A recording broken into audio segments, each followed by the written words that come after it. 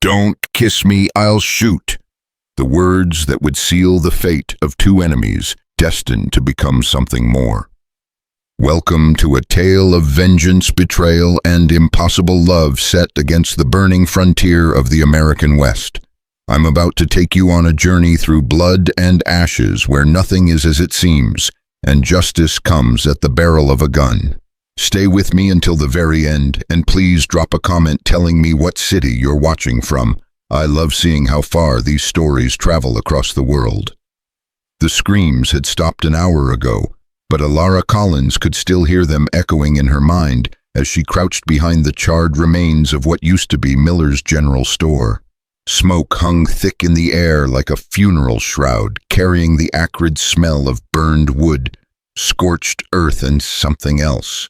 Something that made her stomach turn and her hands shake as she gripped her father's Winchester rifle. Bodies. The smell of burned bodies.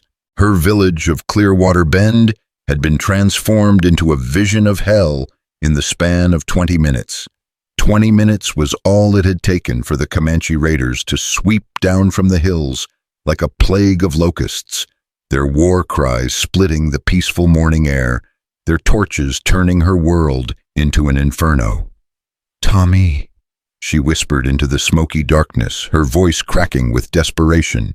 "Tommy, where are you?" But she knew. Deep in her heart, she already knew.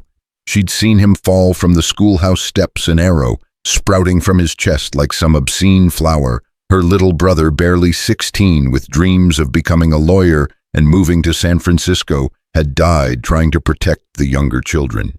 The image was burned into her retinas more permanently than any of the flames around her. Elara forced herself to move, stepping carefully over debris and other things she didn't want to identify. Her boots crunched on broken glass from the church windows, each step a small explosion in the unnatural silence that had settled over what remained of her world. "Hello," she called out louder this time.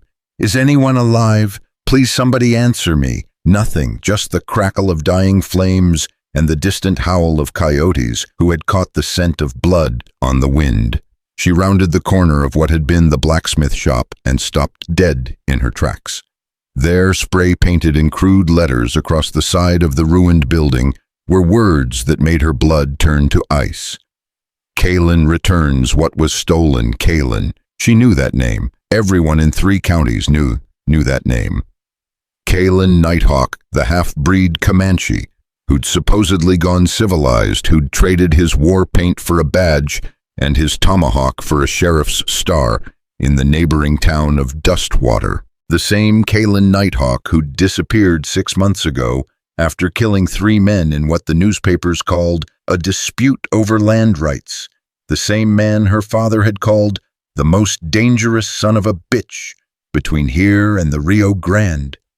"You bastard," she whispered, her grief crystallizing into something harder and infinitely more dangerous. "You goddamn murdering bastard." The sound of hoofbeats made her spin around, rifle raised, but it was only old Doc Patterson riding up the main street on his ancient mare, his medical bag bouncing against his hip. His face was pale as winter snow, his hands trembling as he dismounted. "Elara," he called out, rushing toward her. "Sweet Mary and Joseph, girl, I thought you were dead. I saw the smoke from 5 miles away and—" He stopped talking when he got close enough to see her eyes. "Oh, child, I'm so sorry." "Where were you?" The words came out harsher than she'd intended. "Where was everyone? The sheriff, the militia, anybody?" Doc Patterson's face crumpled. "Sheriff Morrison's been in the territorial capital for a week, testifying in that cattle-rustling case. And the militia," he shook his head, "most of the boys are off helping with the harvest over in Creek's Bend. We never thought, nobody expected. 23 people lived in this town, Doc." Elara said, her voice eerily calm. 23 people got up this morning and had breakfast and made plans for tomorrow. How many are left?" The old doctor couldn't meet her eyes. "I've found 4 survivors so far. All of them were in the root cellar behind the Miller place when it started. Mrs. Henderson, her 2 granddaughters, and young Billy Tucker. 4. The number hit her like a physical blow. 4 out of 23. Elara, we need to get you out of here. The territorial marshal will want to... No. She turned away from him, her eyes scanning the destruction. I'm not going anywhere. Child, you can't stay here. There's nothing left to... There's him. The words came out low and deadly. There's Kaelen Nighthawk, and I'm going to find that son of a bitch and put a bullet between his eyes. Doc Patterson grabbed her arm. Elara, listen to me. You don't understand what you're talking about. Kaelen Nighthawk isn't just some outlaw you can hunt down. He's something else entirely. Something dangerous. She shrugged off his grip. Good. So am I. As if summoned by their conversation, the sound of more hoofbeats echoed through the ruined town, but these weren't the measured steps of a doctor's horse. These were the hard, fast gallops of horses being ridden by men in a hurry, men with purpose. Riders coming in, Doc Patterson called out unnecessarily. Elara counted them as they rounded the bend. 6 men, all armed, all wearing the silver badges that marked them as territorial marshals. Leading them was a man she recognized from newspaper sketches, Marshal Jake Harrison, a legend in these parts, for his ability to track down the worst kind of criminals. Harrison rode straight up to them, his steel-gray eyes taking in the destruction with the practiced assessment of a man who'd seen too much violence in his 40-odd years. When he spoke, his voice carried the weight of absolute authority. I'm Marshal Harrison. Are you the survivors? I am, Doc Patterson answered, and this is Elara Collins. I lost everything, Elara interrupted, and I know who did it. Harrison's attention focused on her like the beam of a lighthouse. Is that so, miss? She pointed to the graffiti on the blacksmith shop wall. Kaelen Nighthawk. He left his calling card. The marshal studied the crude lettering, then turned back to her. Kaelen Nighthawk has been dead for 3 months, miss. Shot down in a gunfight outside Amarillo.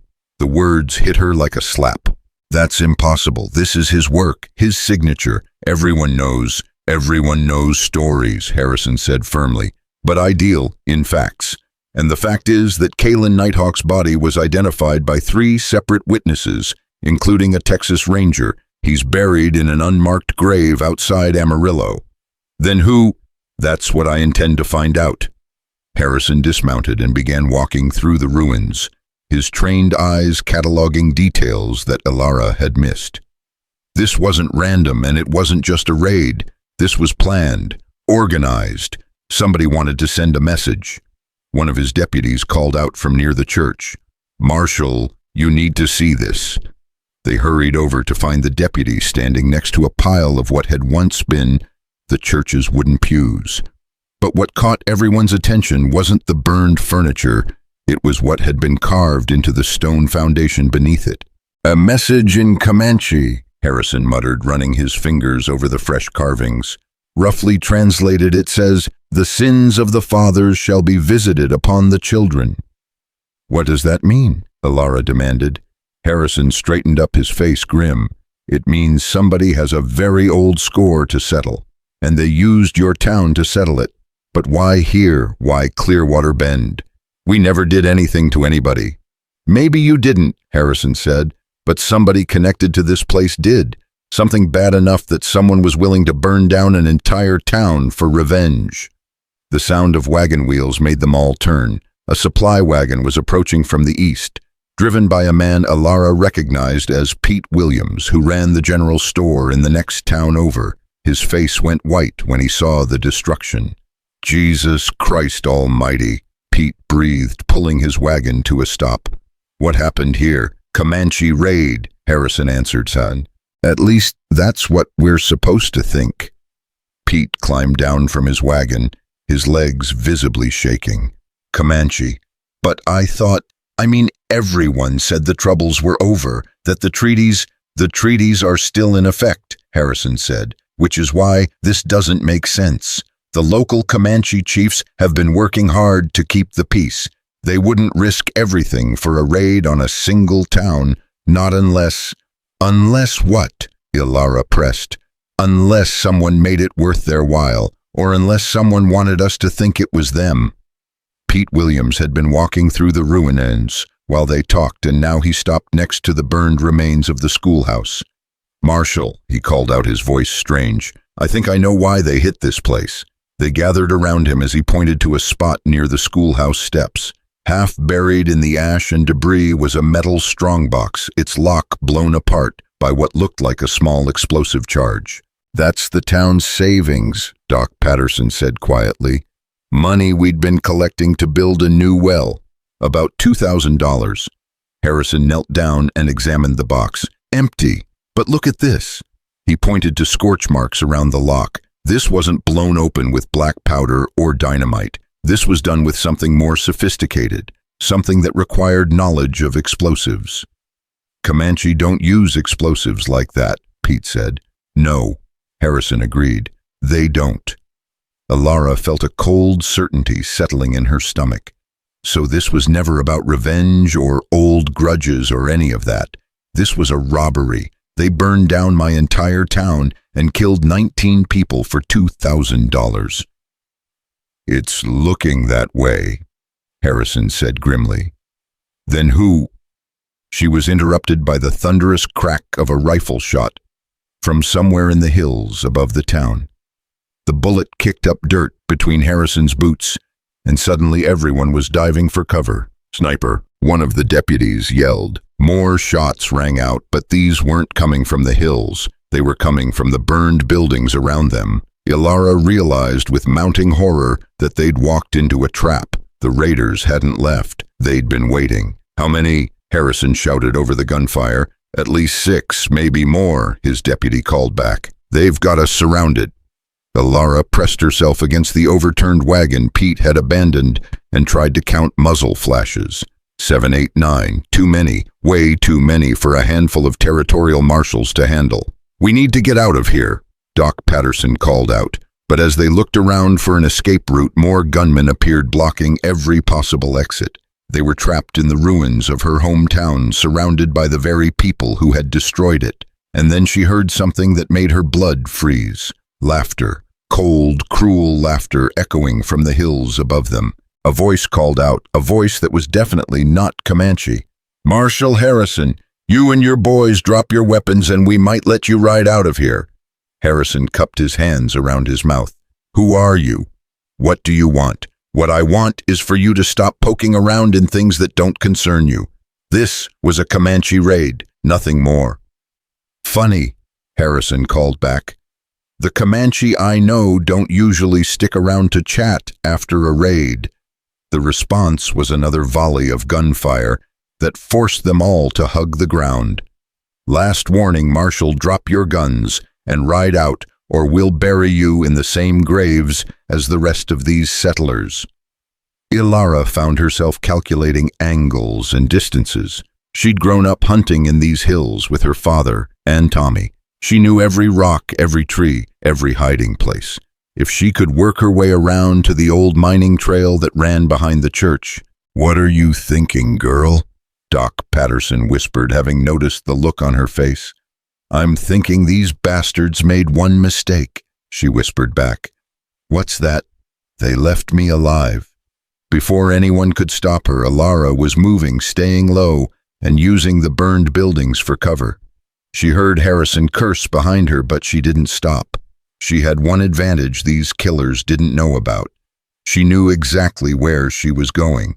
The old mining trail was exactly where she remembered it, hidden behind a tangle of scrub brush that had somehow escaped the flames. She began working her way up the hillside, moving as quietly as her father had taught her rifle ready.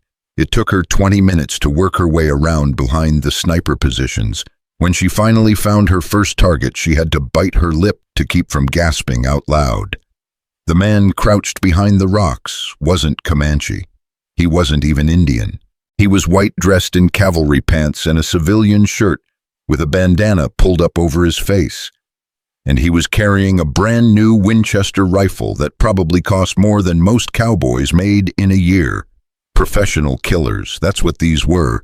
Men hired to do a job and make it look like something else. She raised her own rifle and took careful aim.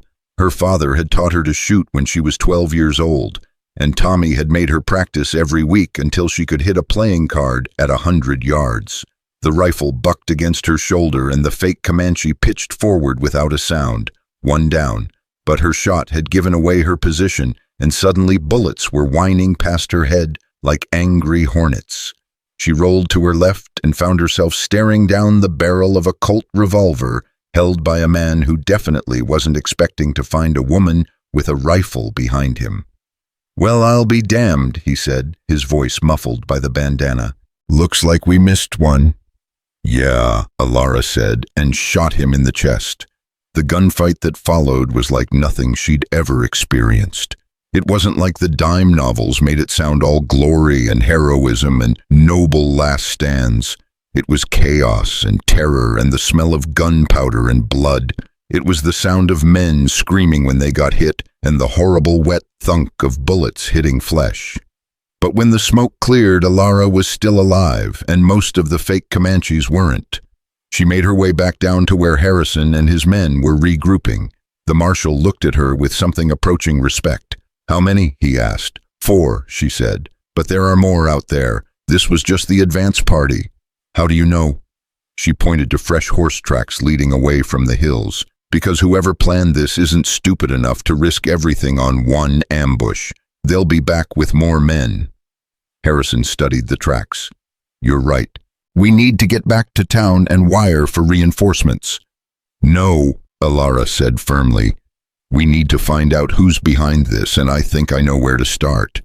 She led them to the bodies of the men she'd killed and began searching through their pockets. What she found made her blood boil. "Look at this," she said, holding up a piece of paper. "It's a bank draft from Dustwater First National. Payment for services rendered." Harrison examined the paper. "Signed by—" I can't make out the name. The ink's smudged. "It doesn't matter," Elara said. "What matters is that it came from Dustwater, the same town where Kaelen Nighthawk used to be sheriff." "Coincidence," Doc Patterson suggested. "No such thing," Harrison said grimly. "Not in my line of work." Elara stood up, her decision made. "I'm going to Dustwater." "The hell you are," Harrison said. "This is a job for law enforcement now."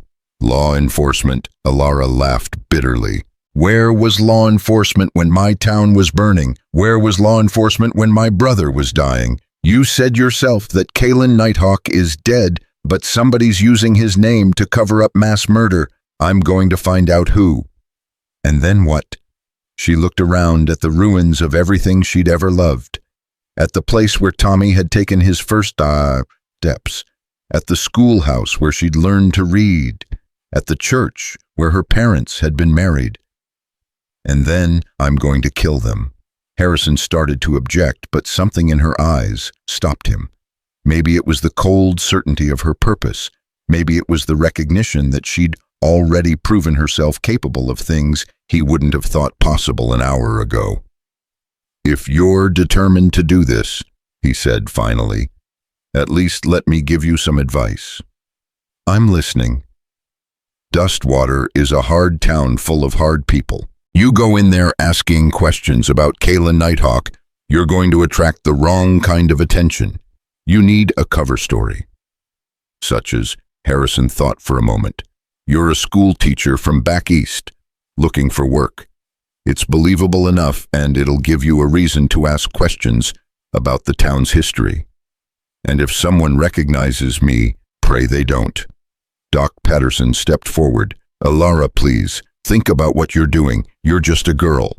"I stopped being just a girl about 4 hours ago," she said quietly. "The moment they killed Tommy, they turned me into something else, something they're going to regret creating." She began walking toward Pete Williams' abandoned wagon. "I'm taking this wagon and heading to Dustwater. Anyone who wants to stop me better be ready to shoot me because I'm not backing down." Nobody tried to stop her. As she climbed onto the wagon seat and took up the reins, Harrison called out one last piece of advice. "Elara, whatever you find in Dustwater, whatever you learn about who did this, remember that vengeance and justice aren't the same thing. Don't lose yourself in the hunt. She looked back at him, and for a moment her expression softened slightly. "Justice, martial justice, is what we had before they burned down my town and killed my family. What I'm after now is something much simpler." "And what's that?" "Balance," she said. "They took everything from me. I'm going to take everything from them." The wagon wheels began to turn, carrying her away from the ashes of her old life toward an uncertain future in a town where danger waited around every corner. Behind her, the ruins of Clearwater Bend slowly disappeared into the gathering dusk. But the fire in her heart burned brighter than any flame that had consumed her village. Somewhere out there was the truth about who had destroyed her world. And somewhere out there were the people responsible for Tommy's death. Elara Collins had been a school teacher's daughter that morning. By sunset, she had become something far more dangerous. She had become a woman with nothing left to lose. The wagon wheels carved deep ruts in the dusty road as Elara guided the stolen supply wagon through the rolling hills toward Dustwater. 3 days had passed since she'd left the smoking ruins of Clearwater Bend behind, and each mile brought her closer to answers she wasn't sure she wanted to hear. The late afternoon sun cast long shadows across the landscape, and somewhere in the distance she could hear the lonely whistle of a train carrying passengers to destinations where their biggest worry might be whether dinner would be served on time. She envied those passengers their ignorance. The wagon hit a particularly deep rut, jolting her from her brooding thoughts. In the back of the wagon, supplies rattled and shifted. Canned goods, ammunition, and medical supplies she'd liberated from Pete Williams' abandoned cargo. She'd left money for everything, of course. Her father had raised her to be honest, even when honesty was inconvenient, even when the world had stopped being honest with her. As the sun began its descent toward the horizon, the outline of Dustwater appeared in the distance. From this far away, it looked almost picturesque, a collection of wooden buildings clustered around what appeared to be a main street, with the silvery ribbon of a river running alongside it. Smoke rose from chimneys, and she could see the warm glow of lamplight beginning to appear in windows as people prepared for evening. It looked like the kind of place where families gathered for Sunday dinners, and children played in the streets until their mothers called them home. It looked peaceful. It looked like a lie. Elara pulled the wagon to a stop on a small rise overlooking the town and studied the layout with the careful attention her father had taught her when they'd gone hunting together. "Always know your terrain," he'd said. "Always have an escape route planned. Always assume the deer you're tracking might be tracking you back." Dustwater was larger than Clearwater Bend had been. Maybe 60 or 70 buildings sprawled along both sides of the main thoroughfare. She could see a church steeple rising above the other buildings, a schoolhouse on the eastern edge of town, and what looked like a substantial saloon with horses tied up outside. Normal things, ordinary things. But her attention was drawn to the building at the far end of the main street, a 2-story structure that was clearly the sheriff's office and jail. Even from this distance, she could see the iron bars on the second-floor windows and the heavy wooden door that looked like it had been built to keep very dangerous people inside, or very dangerous people out. The sound of approaching hoofbeats made her tense and reach for the rifle beside her on the wagon seat. But the rider who appeared around the bend in the road was clearly no threat, an elderly man on an equally elderly horse, both of them moving at a pace that suggested they had nowhere urgent to be. "Evening, miss," the man called out as he drew near. "You heading into Dustwater?" "I am," Elara replied, forcing a smile onto her face. "I'm hoping to find work there." The old man reined in his horse and studied her with curious eyes. He had the weathered face of someone who'd spent his life outdoors, and his clothes marked him as a rancher or farmer. Most importantly, his expression was kind rather than suspicious. "Work, you say? What kind of work might a young lady like yourself be looking for?" "Teaching," Elara said, sticking to the cover story Marshall Harrison had suggested. "I heard there might be an opening at the school." The man's expression grew sympathetic. "Afraid you heard wrong, miss. We lost our school teacher about 3 months back, and the town council hasn't seen fit to replace her yet. Most folks are sending their children to the school over in Cedar Ridge now. 3 months. The same time frame Harrison had mentioned for Kaelen Nighthawk's death. Elara filed that information away for later consideration.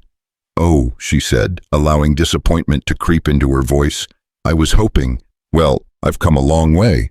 "Where you from, if you don't mind my asking?" "Illinois," Elara said, choosing a state far enough away that her story would be difficult to verify. "Chicago." The old man whistled low. "That's a fair piece to travel for a job that might not exist. What brought you all the way out here?" Elara had prepared for this question during the long wagon ride. "I lost my family in a fire," she said, which was true enough. "I needed to get away from the memories, start fresh, somewhere new." "I'm sorry for your loss, miss. That's a hard thing to bear." The man's sympathy seemed genuine, which made Elara feel guilty for manipulating him. "My name's Henry Whitmore. I've got a small ranch about 5 miles south of town." "Elara Collins," she replied, then immediately regretted using her real name. But it was too late to take it back now. "Well, Miss Collins, even if there's no teaching position available, Dustwater's not a bad place to start over. Most folks are decent enough, and there's always work to be found if you're not particular about what kind."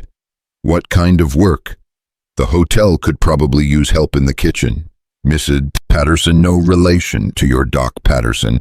I imagine she runs the boarding house and is always complaining about needing another pair of hands. And there's always the saloon, though I don't suppose a refined lady like yourself would consider that kind of employment." "I'm not as refined as I might look," Elara said. "I'll consider any honest work." Henry Whitmore chuckled. "In that case, you'll do just fine in Dustwater. It's a town that appreciates folks who aren't afraid to get their hands dirty." Something in his tone made her look at him more carefully. "What do you mean by that?" The old rancher glanced around as if checking to make sure they weren't overheard, then leaned closer. "Dustwater's had some troubles lately, Miss Collins. Nothing you need to worry yourself about, but, well, let's just say it might be wise to keep your ears open and your opinions to yourself, at least until you get the lay of the land." "What kind of troubles?" "The kind that gets people killed if they ask too many questions about them," Henry said quietly. "I like you, Miss Collins, so I'm going to give you some free advice. Whatever you might hear about our former sheriff, Kaelen Nighthawk, just nod and agree, and don't dig any deeper. Some stories are better left buried." Elara's pulse quickened, but she kept her expression neutral. "I'll keep that in mind, though I have to admit the name sounds familiar. Wasn't he involved in some kind of incident a while back?" Henry's face darkened. "Incident, that's one way to put it." He paused, clearly struggling with how much to say. 3 men died in what the newspapers called a gunfight, but folks who were there said it looked more like an execution. He killed 3 men. That's what they say, though there's some who wonder if maybe those 3 men had it coming. Henry straightened up in his saddle. "But like I said, that's not the kind of talk that's healthy in Dustwater these days. Who's the sheriff now?" "Fellow named Dutch Kellerman. He's efficient." Again, that careful tone that suggested much more than the words conveyed. "He keeps the peace, I'll give him that, though his methods aren't what you'd call gentle." Elara filed away another piece of information. "Well, I appreciate the warning, Mr. Whitmore. I'm just looking for a quiet place to start over. I'm not interested in stirring up any trouble." "Good to hear. And Miss Collins, when you get to town, you might want to mention that you talked to me out here. Folks will be more inclined to trust you if they know Henry Whitmore vouched for you." "Thank you, that's very kind." Henry tipped his hat. "Welcome to Dustwater, Miss Collins. I hope you find what you're looking for." As the old rancher rode away, Elara wondered if she would indeed find what she was looking for, and whether she'd survive the finding. The sun was setting by the time she guided the wagon down the main street of Dustwater. Even in the fading light, she could see that this was a prosperous town. The buildings were well maintained, the streets were clean, and there were more horses tied up outside the businesses than she'd expected for a community this size. People stopped to stare as she passed, which was natural enough. A lone woman driving a supply wagon would attract attention in any frontier town. But there was something in their stares that made her uncomfortable, a wariness that went beyond simple curiosity. She pulled the wagon to a stop outside the building Henry Whitmore had identified as the boarding house.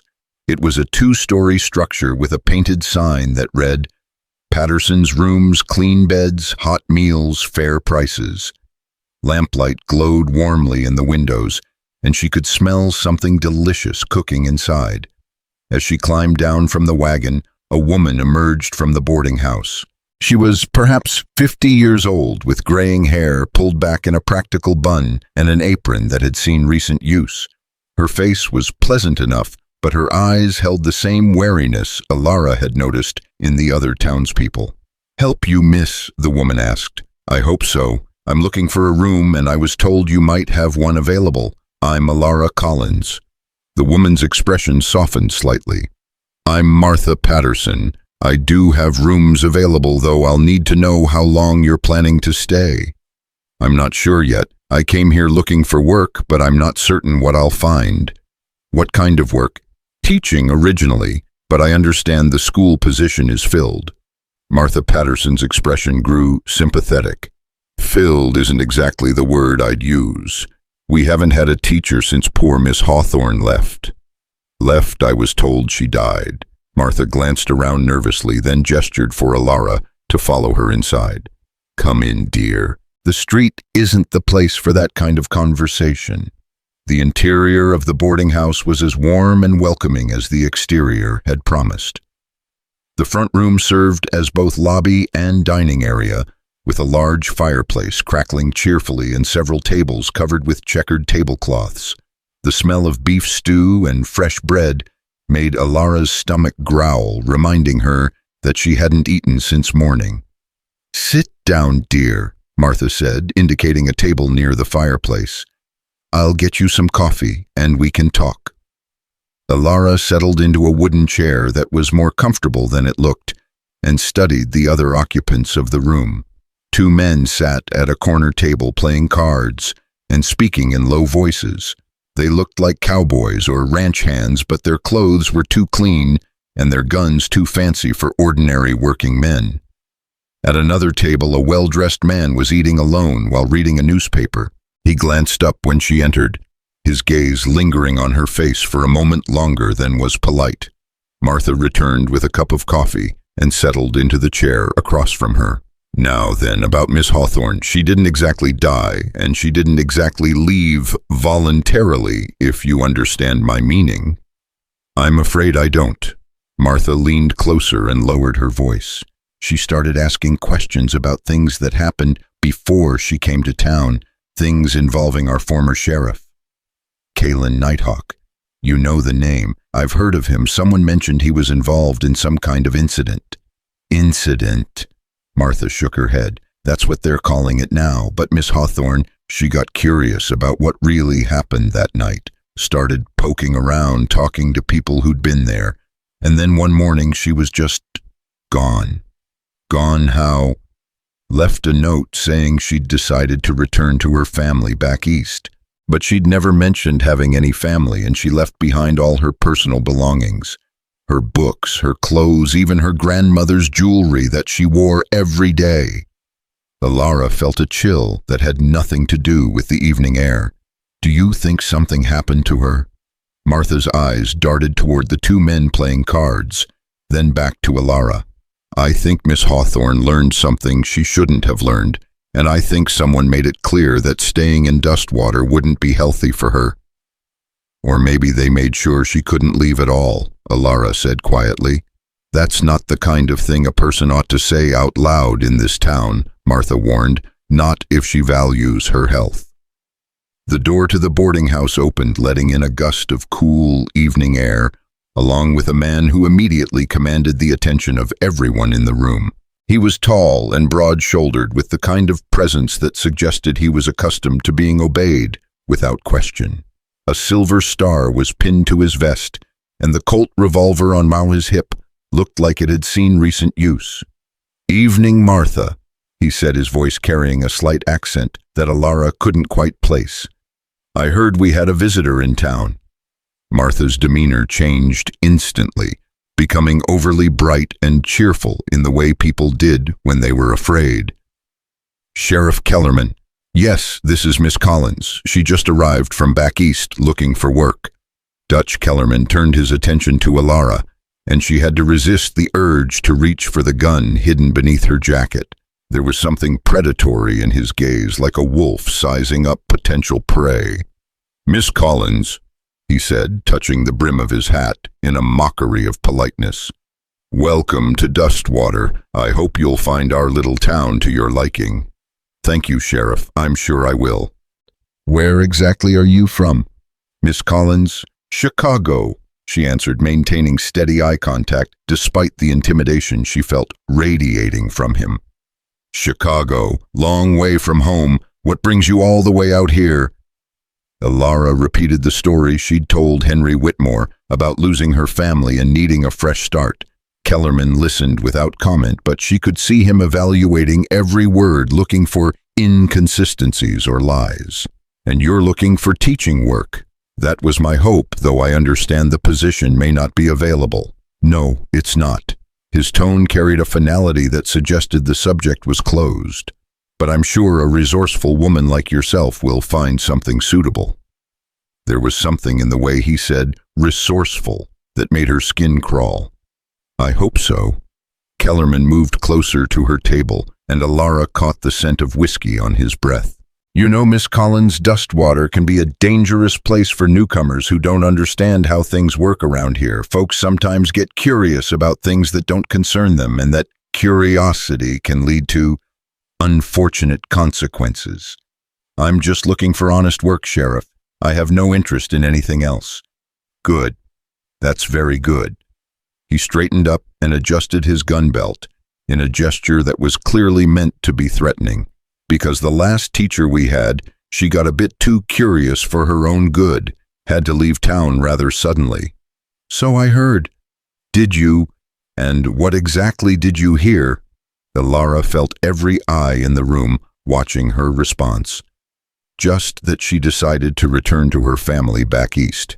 "That's right, very sudden decision, almost like something scared her off." His smile was cold and humorless. "I'd hate for you to have a similar change of heart." "I'm not easily scared, Sheriff." "No. Well, that's good to know, because scared people sometimes make poor decisions. They might try to leave town in the middle of the night, for instance, and the roads around here can be very dangerous for lone travelers." The threat was as clear as if he'd written it in blood on the wall. Elara forced herself to nod, understanding. "I'll keep that in mind." "You do that."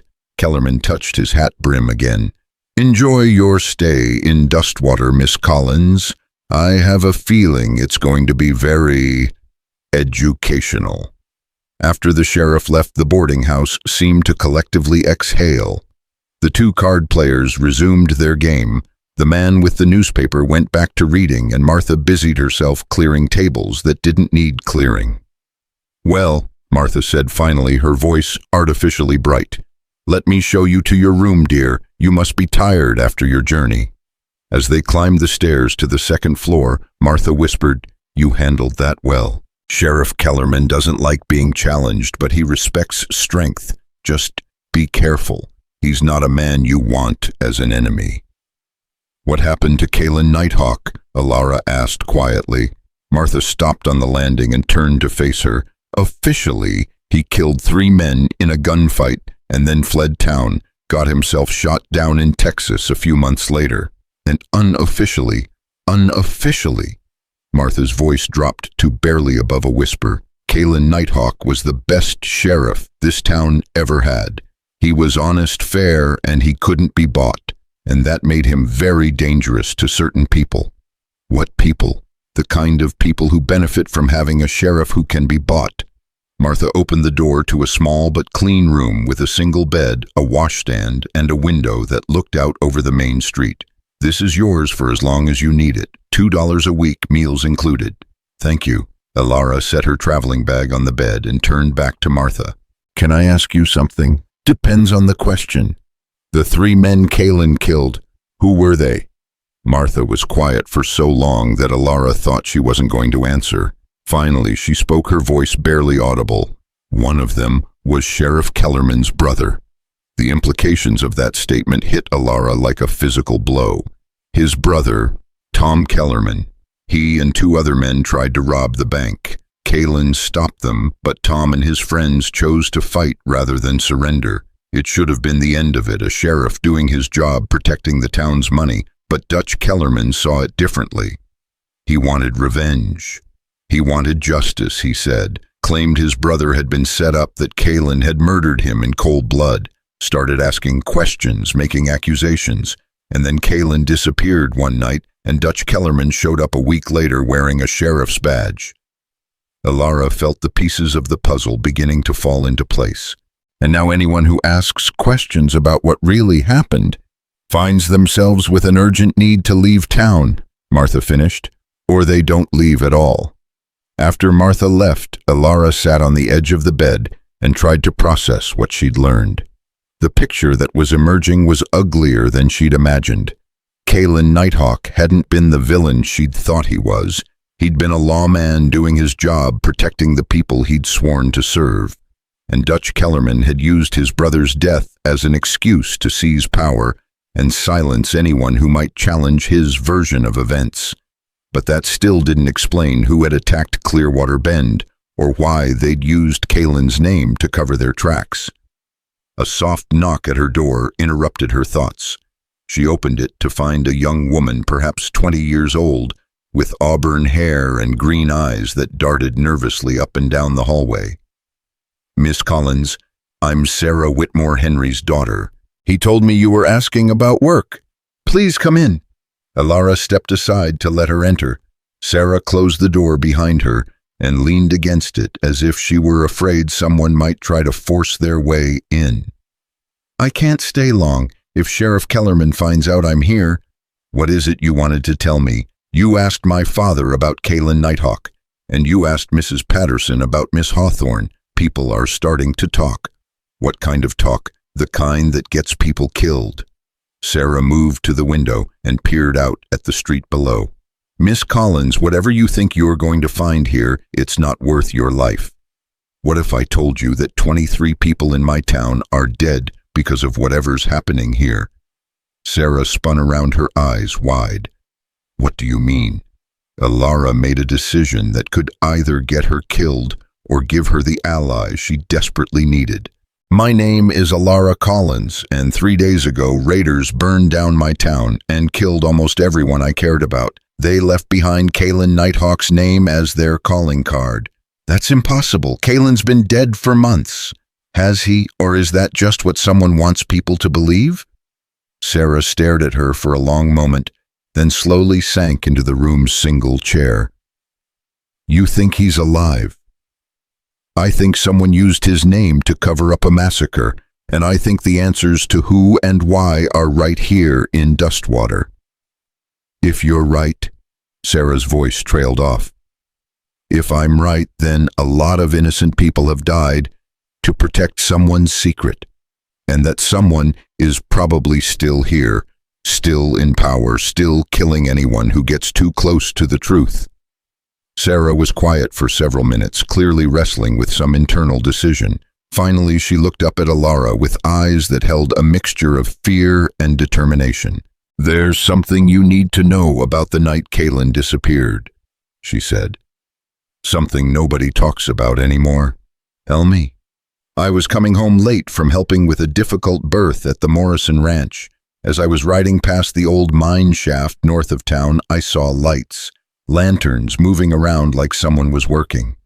At night, that's what I thought was strange, so I got closer to look. There were 6 or 7 men there, and they were loading something into a wagon, something heavy wrapped in canvas." Elara felt her pulse quicken. "Could you see who they were?" "It was too dark to make out faces, but I recognized one of the voices. Sheriff Kellerman was giving orders." "What kind of orders?" "He was telling them to be careful, that they couldn't afford to leave any evidence. And then he said something that's haunted me ever since." "What?" Sarah's voice dropped to a whisper. "He said, Make sure you bury him deep enough that he stays buried. The last thing we need is for someone to find Kaelen's body before we're ready." The room seemed to spin around Elara as the implications hit her. They killed him. They murdered Kaelen Nighthawk and then spread the story that he'd fled town. That's what I think, but I've never told anyone until now. Why not? Because 3 days after I saw them at the mine, my horse threw me on the way to town, broke my leg in 2 places, except... Sarah hesitated. Except what? Except my horse had never thrown me before. She was the gentlest mare you could imagine, but when I looked at her afterward, I found a small dart in her neck. Someone had shot her with something that made her panic. They tried to kill you. They tried to make it look like an accident. When that didn't work, they settled for making sure I understood that accidents could happen to anyone who wasn't careful. Elara began pacing the small room, her mind racing. So Kaelen Nighthawk is dead buried somewhere near the old mine. Dutch Kellerman is the sheriff covering up his own crime, but that still doesn't explain who attacked my town or why they used Kaelen's name. Maybe, Sarah hesitated again, maybe they didn't just kill Kaelen for revenge. Maybe there was something else, something worth killing for. Like what? Think about it. Kaelen was honest, couldn't be bought. What if he'd discovered something that certain people needed to keep hidden, something worth murdering a sheriff to protect? Before Elara could respond, the sound of heavy footsteps in the hallway made them both freeze. The footsteps stopped outside Elara's door, and they could hear someone testing the doorknob. Sarah's face went white with terror. "It's Kellerman," she whispered. "He knows I'm here." The doorknob rattled again, more insistently this time. Then came the sheriff's voice, deceptively calm and reasonable. "Miss Collins, I know you're in there, and I know you're not alone. Why don't you open the door so we can have a friendly chat?" Elara looked around the room desperately. The window was their only escape route, but it was a 15-foot drop to the alley below. Sarah seemed to read her thoughts. "I can make it," she whispered. "I grew up climbing these buildings." "Miss Collins," Kellerman's voice came again with an edge of impatience now. "I'm going to count to 3. If you don't open this door, I'm going to assume you need help and break it down." Elara helped Sarah climb out the window, watching as the young woman lowered herself down the outside wall with the practiced ease of someone who'd done it many times before. Just as Sarah's feet touched the ground, Kellerman began counting. 1. Elara quickly messed up the bedsheets and splashed water on her face to make it look like she'd been sleeping. 2. She moved to the door and called out, "Just a moment, Sheriff." I was getting dressed. 3. She opened the door to find Kellerman standing in the hallway with 2 deputies flanking him. All 3 men were armed, and their hands rested casually on their gun butts. "Sheriff," she said, trying to sound sleepy and confused. "Is something wrong?" Kellerman pushed past her into the room, his eyes scanning every corner. "Someone reported seeing a woman climbing into your window. Care to explain that?"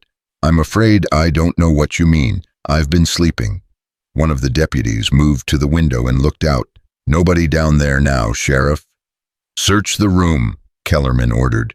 They went through her belongings with the thoroughness of men who'd done this kind of thing before.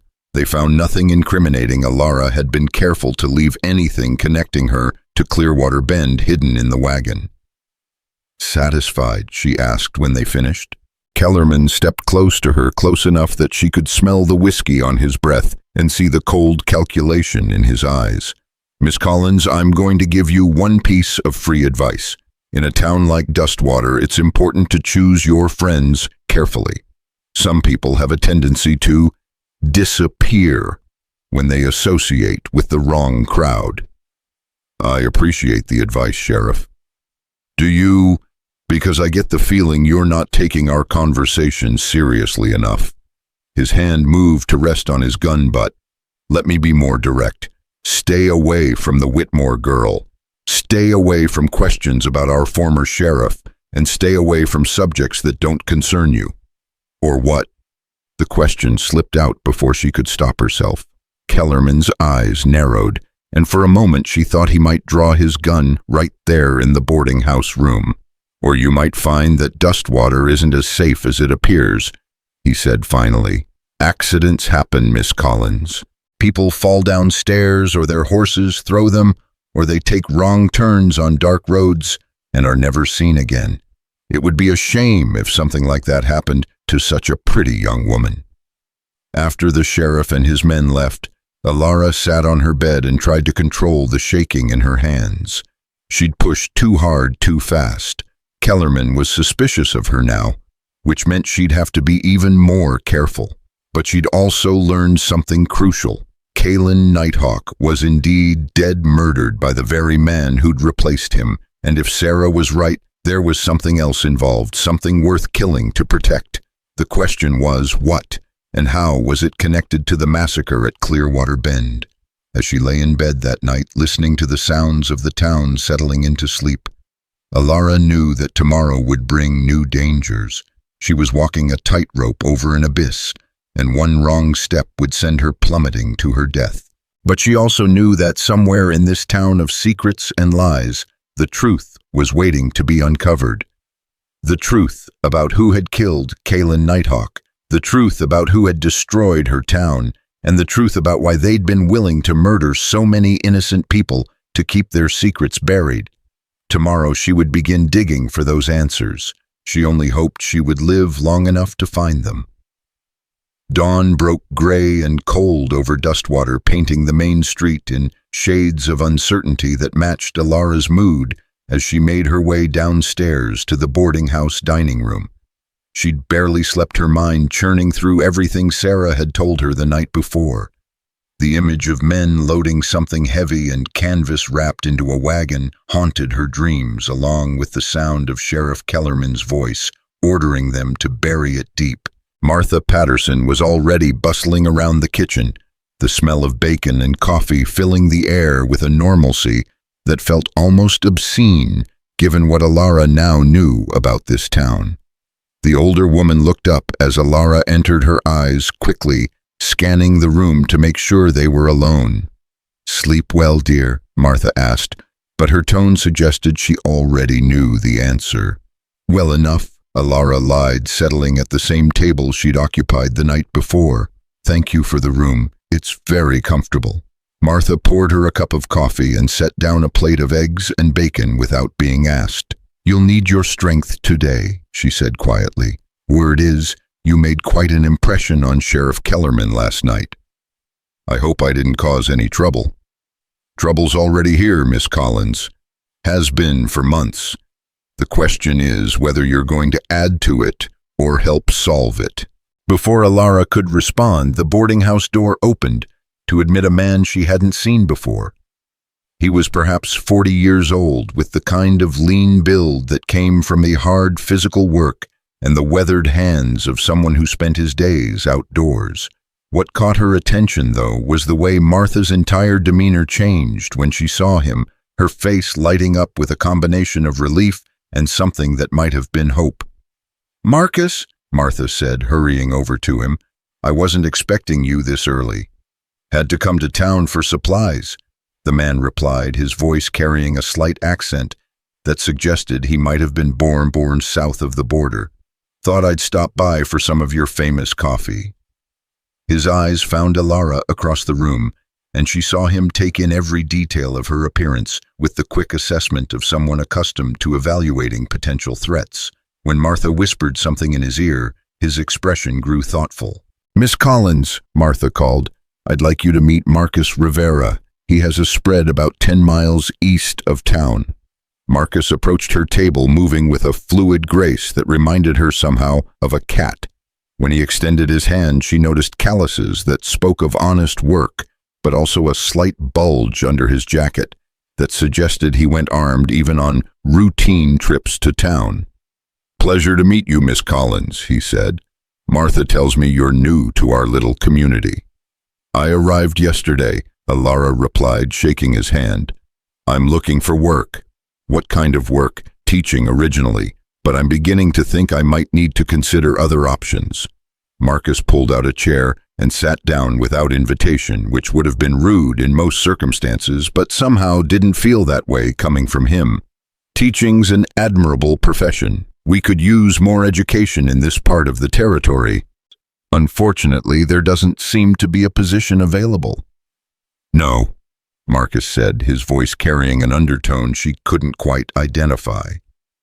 There isn't. Not since Miss Hawthorne decided to relocate.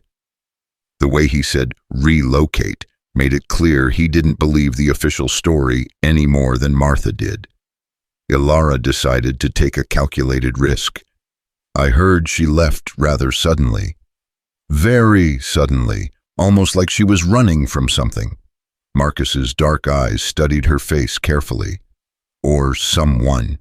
Martha had been listening to their conversation while pretending to clean tables, and now she moved closer, her voice dropping to barely above a whisper.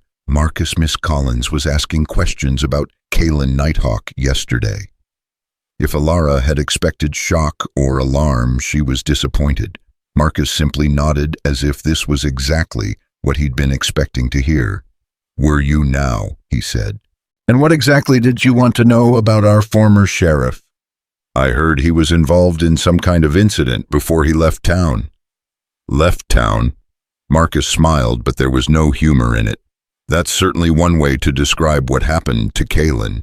What would be another way? Marcus was quiet for a long moment, his fingers drumming silently on the table as he appeared to wrestle with some internal decision. Finally, he leaned forward and spoke in a voice so low that Elara had to strain to hear him. How about murdered? The word hung in the air between them like a challenge. Elara felt her pulse quicken, but she kept her expression neutral. That's a serious accusation. It's a serious crime, but then murder usually is. Do you have proof? I have eyes, Marcus said, and I was one of the few people in this town who considered Kaelen Nighthawk a friend. Martha had moved closer still, her nervousness palpable. Marcus, maybe this isn't the place. Maybe it's exactly the place, he interrupted. Miss Collins, why don't you tell me the real reason you're asking questions about Kaelen? Because I don't think you came all the way from Illinois just to take a teaching job that doesn't exist. Elara found herself at another crossroads. She could maintain her cover story and hope to learn more gradually, or she could trust these people with at least part of the truth. Looking into Marcus Rivera's steady dark eyes, she made her choice. 3 days ago, raiders attacked my town, she said quietly. They killed 19 people, including my brother. They left behind Kaelen Nighthawk's name as their calling card. Marcus went very still. What town? Clearwater Bend. Jesus, Martha breathed. That was you? We heard about it yesterday. Traveling merchant brought the news. What exactly did you hear? Elara asked. That Comanche raiders had burned the place to the ground, Marcus said. Left no survivors except a few people who'd been hiding. The raiders weren't Comanche. They were white men dressed up to look like Indians. Professional killers hired to do a job and make it look like something it wasn't. Marcus and Martha exchanged a look that spoke volumes. Finally, Marcus nodded as if confirming something he'd already suspected.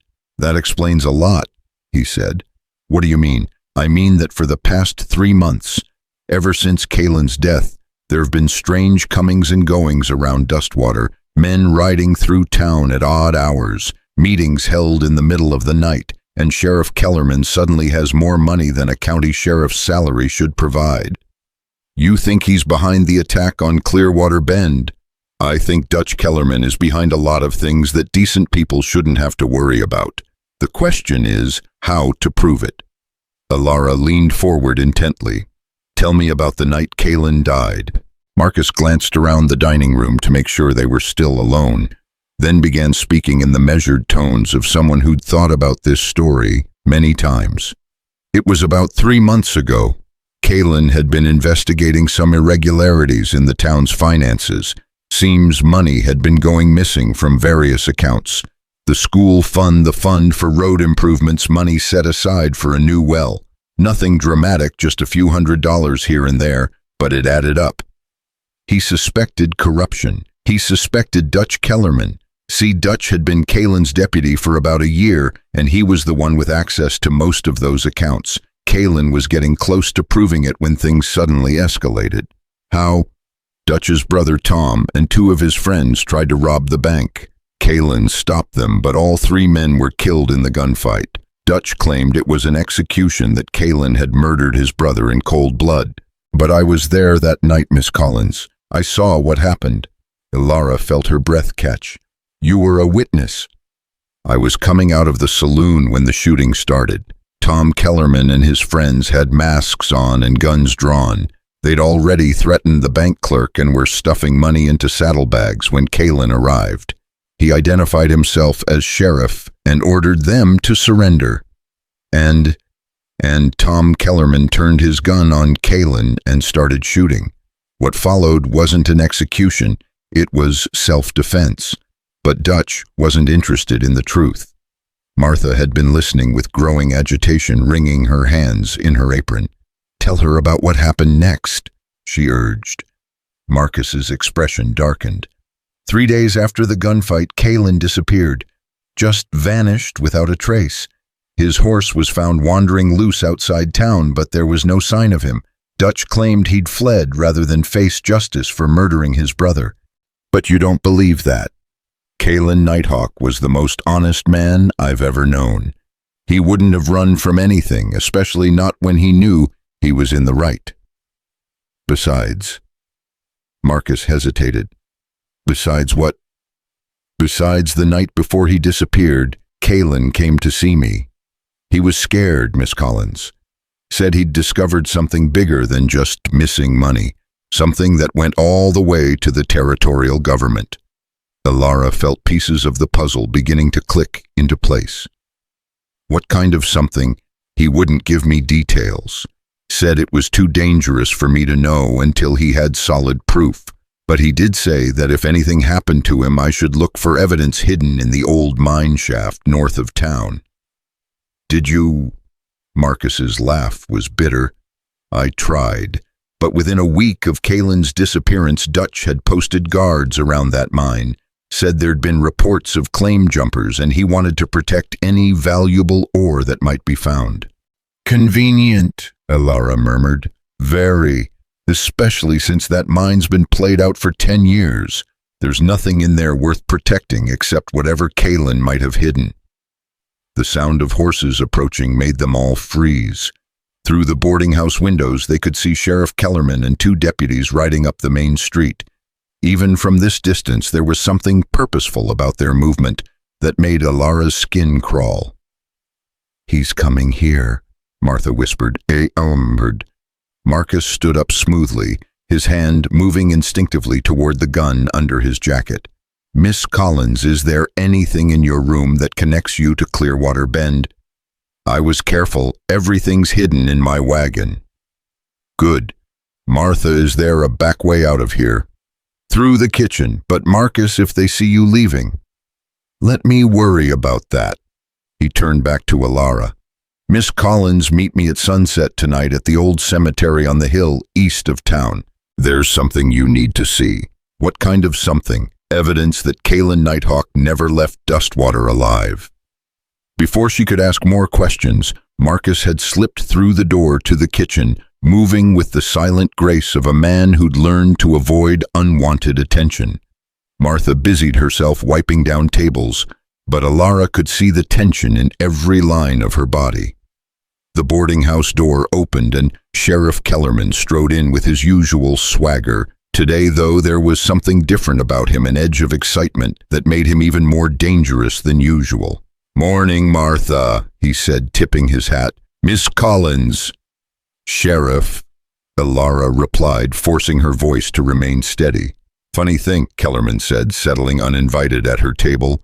I had the strangest conversation with Mayor Hargrave this morning. Seems someone's been asking questions about our town's finances.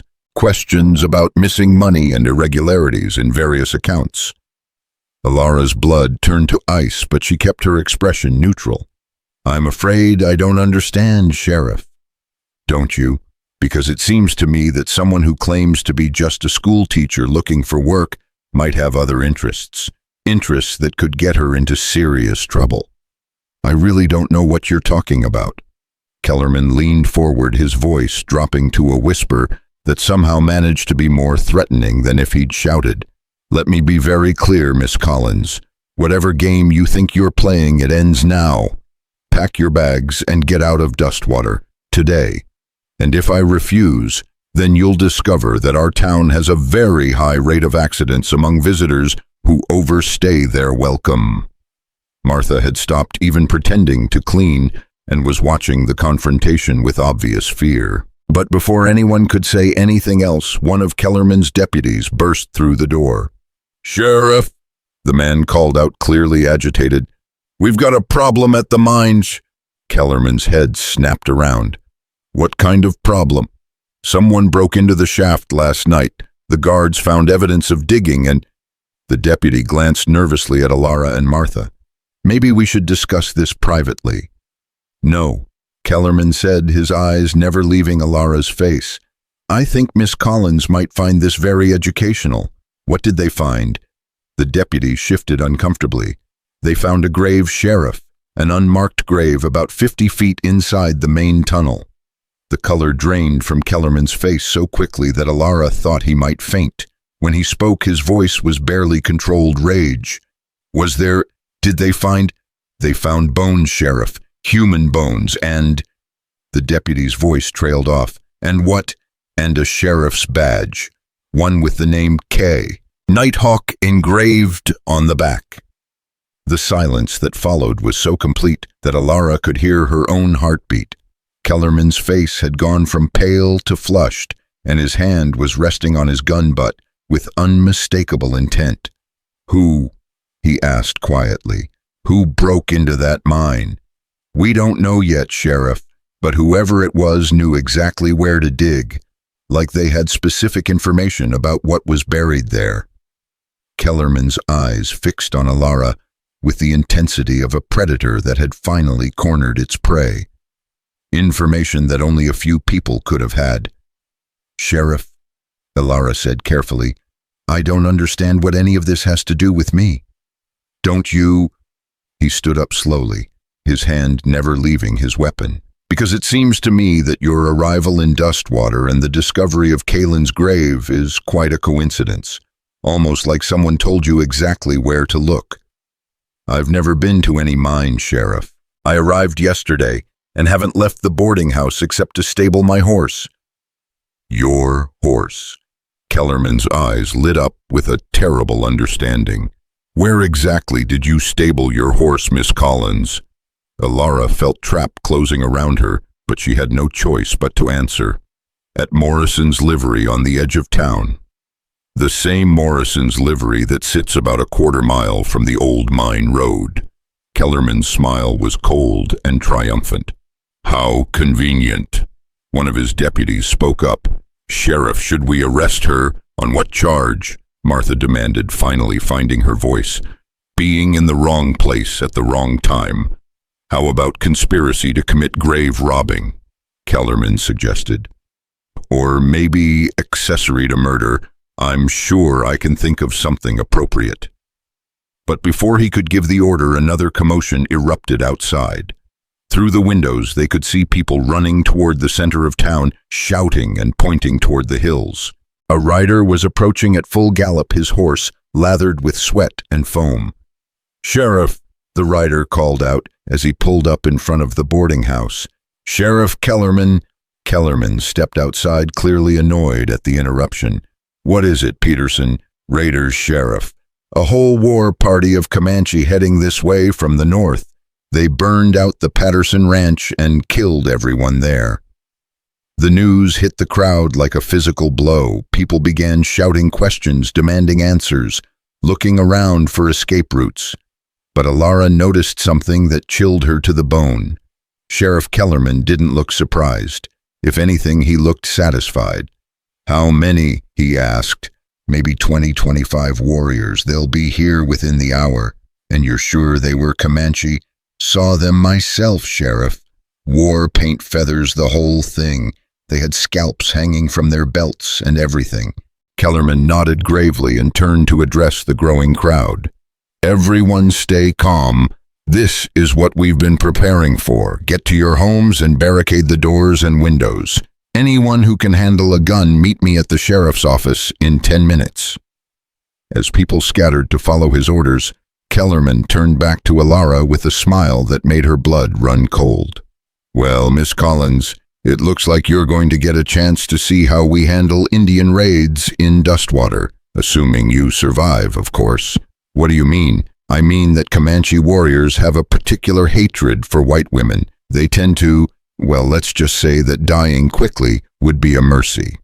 Elara understood the threat. Kellerman was planning to use the raid as cover to eliminate her permanently. In the chaos of a Comanche attack, one more dead body would attract no attention whatsoever. "Sheriff," she said, trying to keep desperation out of her voice, "surely you don't think I had anything to do with what?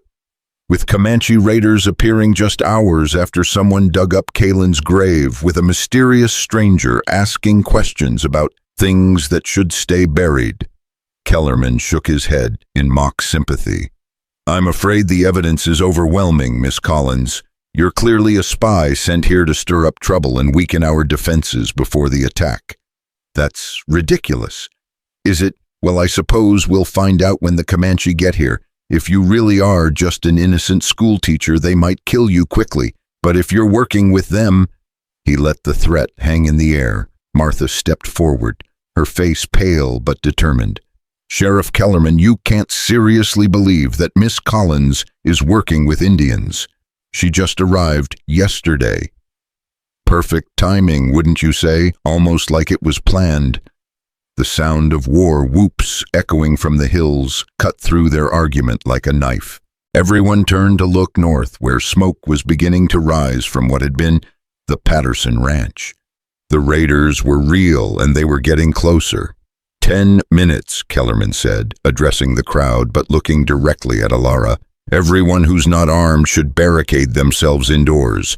And remember, anyone found consorting with the enemy will be treated as a traitor." As the sheriff strode away, Martha grabbed Elara's arm. "You have to get out of here," she whispered urgently. "He's going to kill you the moment the shooting starts." "Where can I go if there really are Comanche raiders?" "There are, but they're not what you think they are."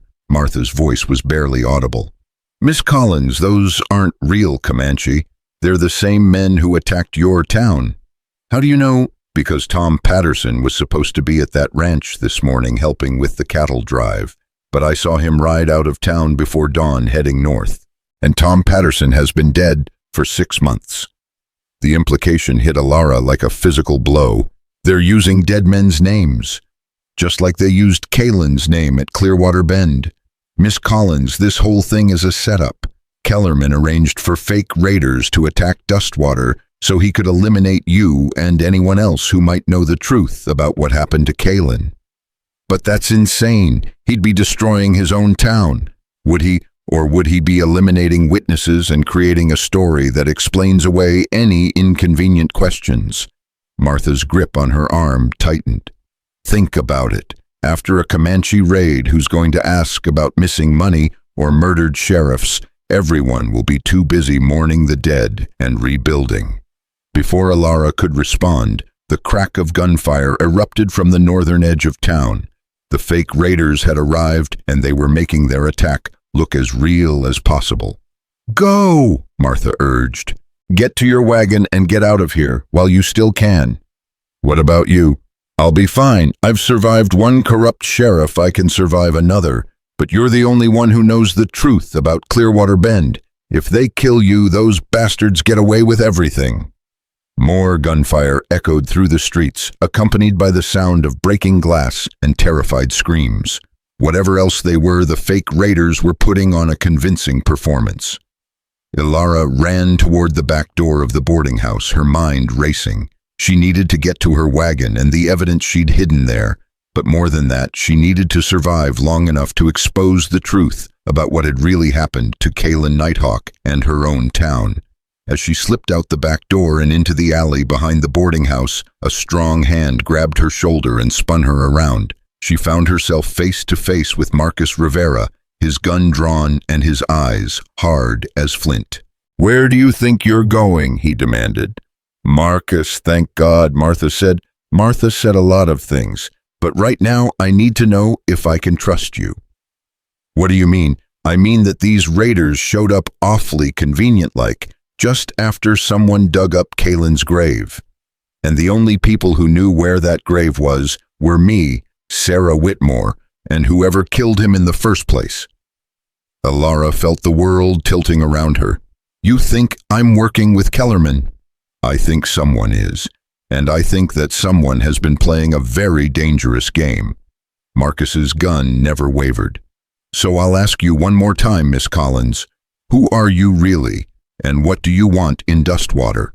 The sound of approaching hoofbeats made them both turn. 3 riders were coming down the alley at full gallop, their faces painted with war paint and feathers in their hair. But as they got closer, Elara could see what Martha had meant. These weren't Comanche warriors. They were white men in costume, and they were heading straight for her. "Get down!" Marcus shouted, grabbing Elara and pulling her behind a stack of wooden crates, just as the first bullets began flying. The fake Comanche warriors were close enough now that she could see the details of their disguises, store-bought war paint that ran in the wrong patterns, eagle feathers that had clearly come from a millinery shop, and underneath it all the pale skin and blue eyes that no amount of theatrical makeup could disguise. "You see it now," Marcus whispered as lead slugs splintered the wood above their heads. "Those aren't Indians any more than I'm the President of the United States." Elara pressed herself against the crates, her mind reeling. "But why stage a fake raid on their own town? Because Dutch Kellerman is desperate," Marcus replied, checking the chambers of his revolver. "Someone dug up Kaelen's grave last night, and now the whole house of cards is coming down. He needs chaos to cover his tracks." "Who dug up the grave?" Marcus looked at her with something that might have been admiration. "I did. Right after our conversation this morning, I decided it was time to stop wondering and start knowing." The revelation hit her like a physical blow. But how did you know where?" "Sarah Whitmore finally told me what she saw that night. Took her 3 months to work up the courage, but seeing you ask the right questions gave her the push she needed." Marcus peered around the edge of the crates. "We've got about 30 seconds before they reload and try to flank us. You armed?" Elara pulled the small revolver from beneath her jacket. "Nothing like yours, but I can shoot." "Good, because in about 10 seconds we're going to have to fight our way out of here."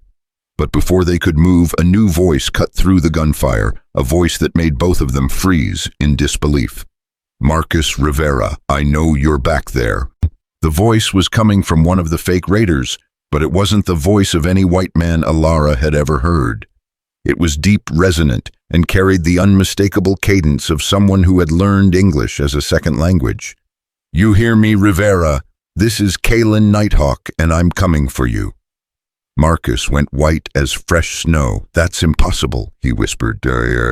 "I saw his body. I saw the badge. You saw what they wanted you to see." The voice called out again, just like everyone else in this God-forsaken town. Elara felt the last pieces of the puzzle clicking into place with horrifying clarity. "Marcus," she said quietly, "what if Kaelen Nighthawk didn't die 3 months ago? What if he escaped and someone else was buried in that grave? Then who? Think about it. 3 men tried to rob the bank. Kaelen killed all 3 of them. But what if one of those bodies was used to fake Kaelen's death?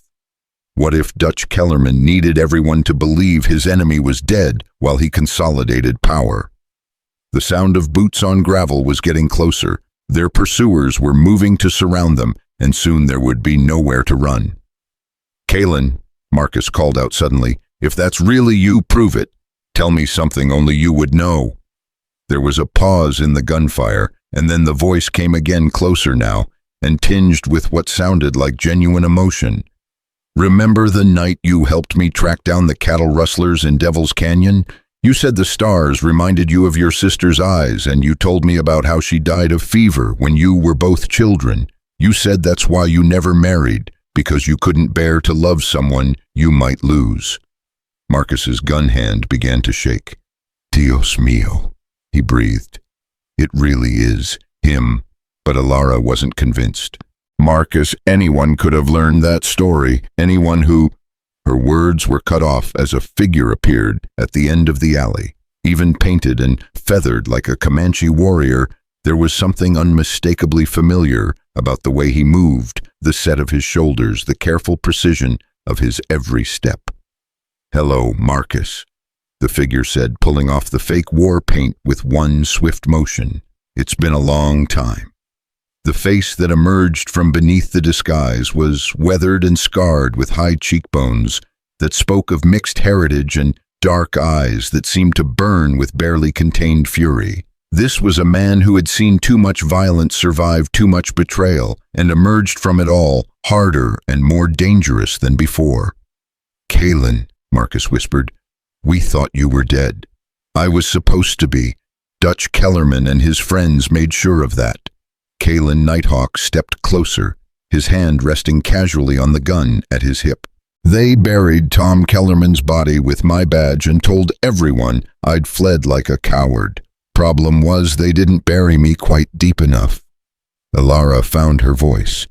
You've been alive this whole time. Kaelen's attention shifted to her, and she felt the full weight of his scrutiny. And you are Elara Collins, from Clearwater Bend. The name hit him like a physical blow. For a moment, the careful control slipped from his features, replaced by something that looked like genuine anguish.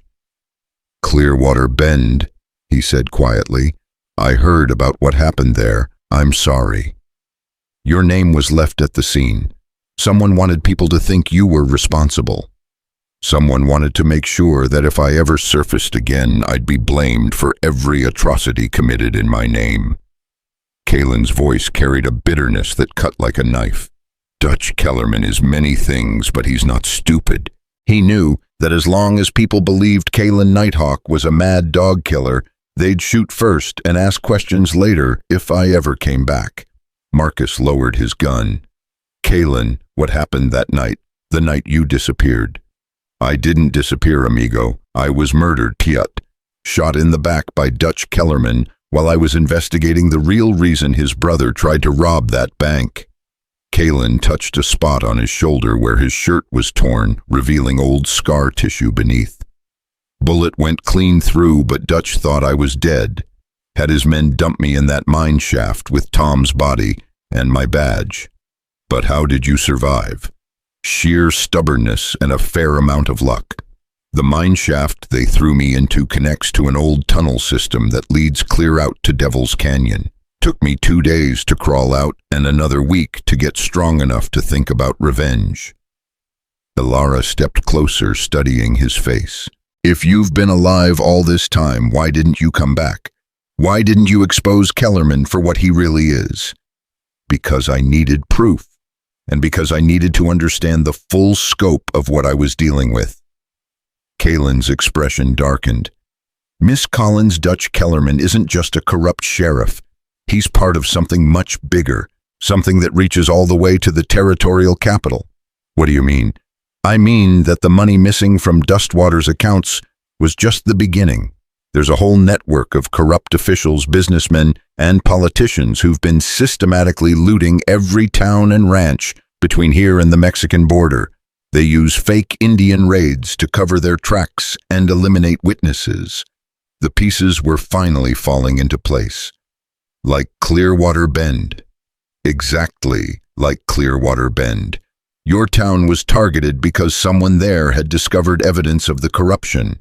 Someone who had to be silenced before they could expose the whole operation. Who in Clearwater Bend could have known about any of this? Kaelen was quiet for a long moment, his face troubled. Miss Collins, what was your father's name? Daniel Collins. He was a school teacher like me. Why? Because Daniel Collins wrote to me 6 months ago.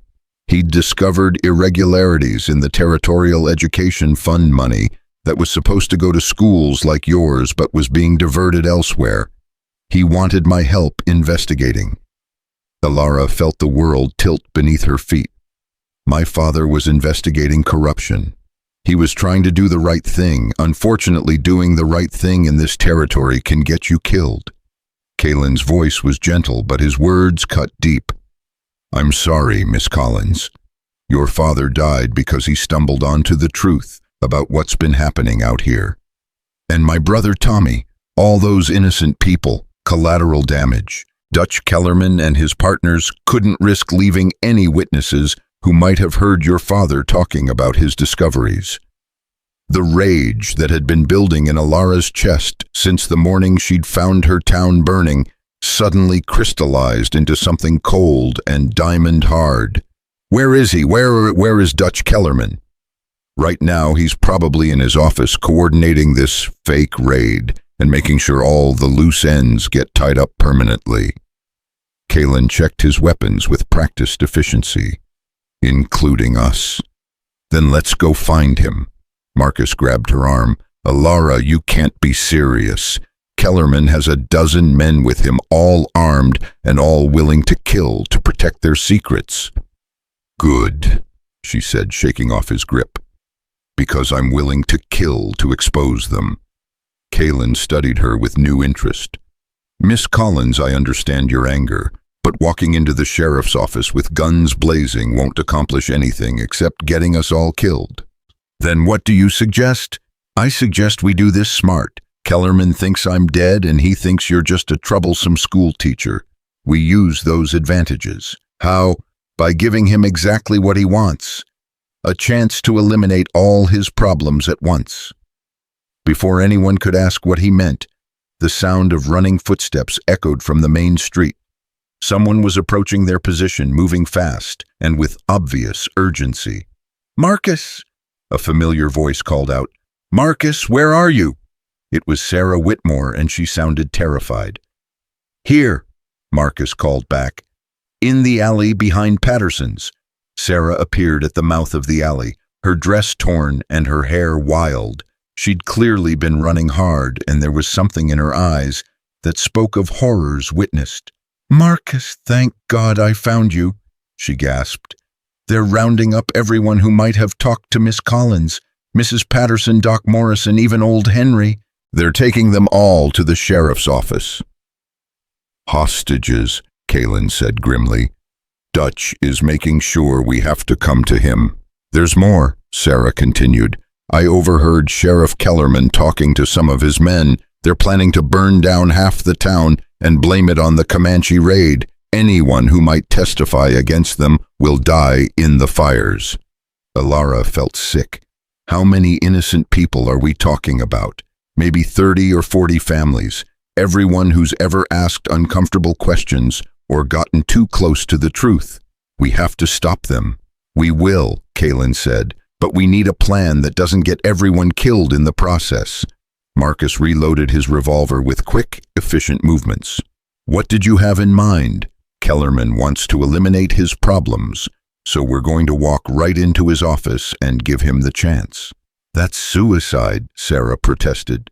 No, Kaelen said with a cold smile. That's justice, but we're going to need help. What kind of help? The kind that comes from people who've had enough of being pushed around. Kaelen looked at each of them in turn. Marcus, how many men in this town would stand with us if they knew the truth about what's been happening? Maybe a dozen, maybe more if they really understood what's at stake. Then we'd better make them understand. Sarah, can you spread the word quietly? Tell people to be ready to move when they see the signal. What signal? They'll know it when they see it. Kaelen turned to Elara. Miss Collins, I need you to do something that's going to require more courage than anything you've done so far. Tell me. I need you to walk into that sheriff's office and surrender. The suggestion hit her like a slap. What? Think about it. Kellerman believes you're the key to everything that's gone wrong. If you walk in there alone and defenseless, he'll want to savor the moment. He'll want to gloat to explain how clever he's been to make sure you understand exactly how thoroughly he's beaten you. And while he's gloating, Marcus and I will be getting into position. When the time comes, we'll have him surrounded." Sarah shook her head violently. "It's too dangerous. If something goes wrong, then a lot of innocent people die," Elara said quietly. She looked at Kaelen with steady eyes. "You're asking me to trust you with my life. I'm asking you to trust me with your life, the lives of everyone in this town, and the memory of your father and brother." Kaelen's voice was steady, but she could see the weight of responsibility in his eyes. "I won't lie to you, Miss Collins. There's a good chance this goes wrong. There's a good chance some of us don't walk away from this. But if we do nothing, Dutch Kellerman burns down half of Dustwater, kills everyone who knows the truth, and disappears with enough stolen money to buy himself a new identity somewhere far from here. And the network of corruption that killed your family continues operating until they've bled this territory dry." Elara was quiet for a long moment, thinking of Tommy's face as he'd fallen on the schoolhouse steps, thinking of her father's voice reading to her from his books about justice and right and wrong, thinking of 19 graves that would never be properly marked because there was no one left to remember the names. "What do I need to do?" Kaelen outlined the plan with the precision of a man who'd spent months thinking about this moment. Elara would approach the sheriff's office openly, appearing to surrender but actually carrying hidden weapons. Marcus would circle around to the back entrance while Kaelen positioned himself to cover the front. Sarah would coordinate with the townspeople they could trust, making sure that when the shooting started, they'd have allies rather than enemies. "The most important thing," Kaelen emphasized, "is that we take Kellerman alive. Dead men can't confess to their crimes, and without his testimony, we'll never expose the full extent of this network. What if he refuses to surrender? Then we make him an offer he can't refuse." As they prepared to separate and take their positions, Marcus grabbed Elara's arm one more time. "Are you sure about this?" he asked.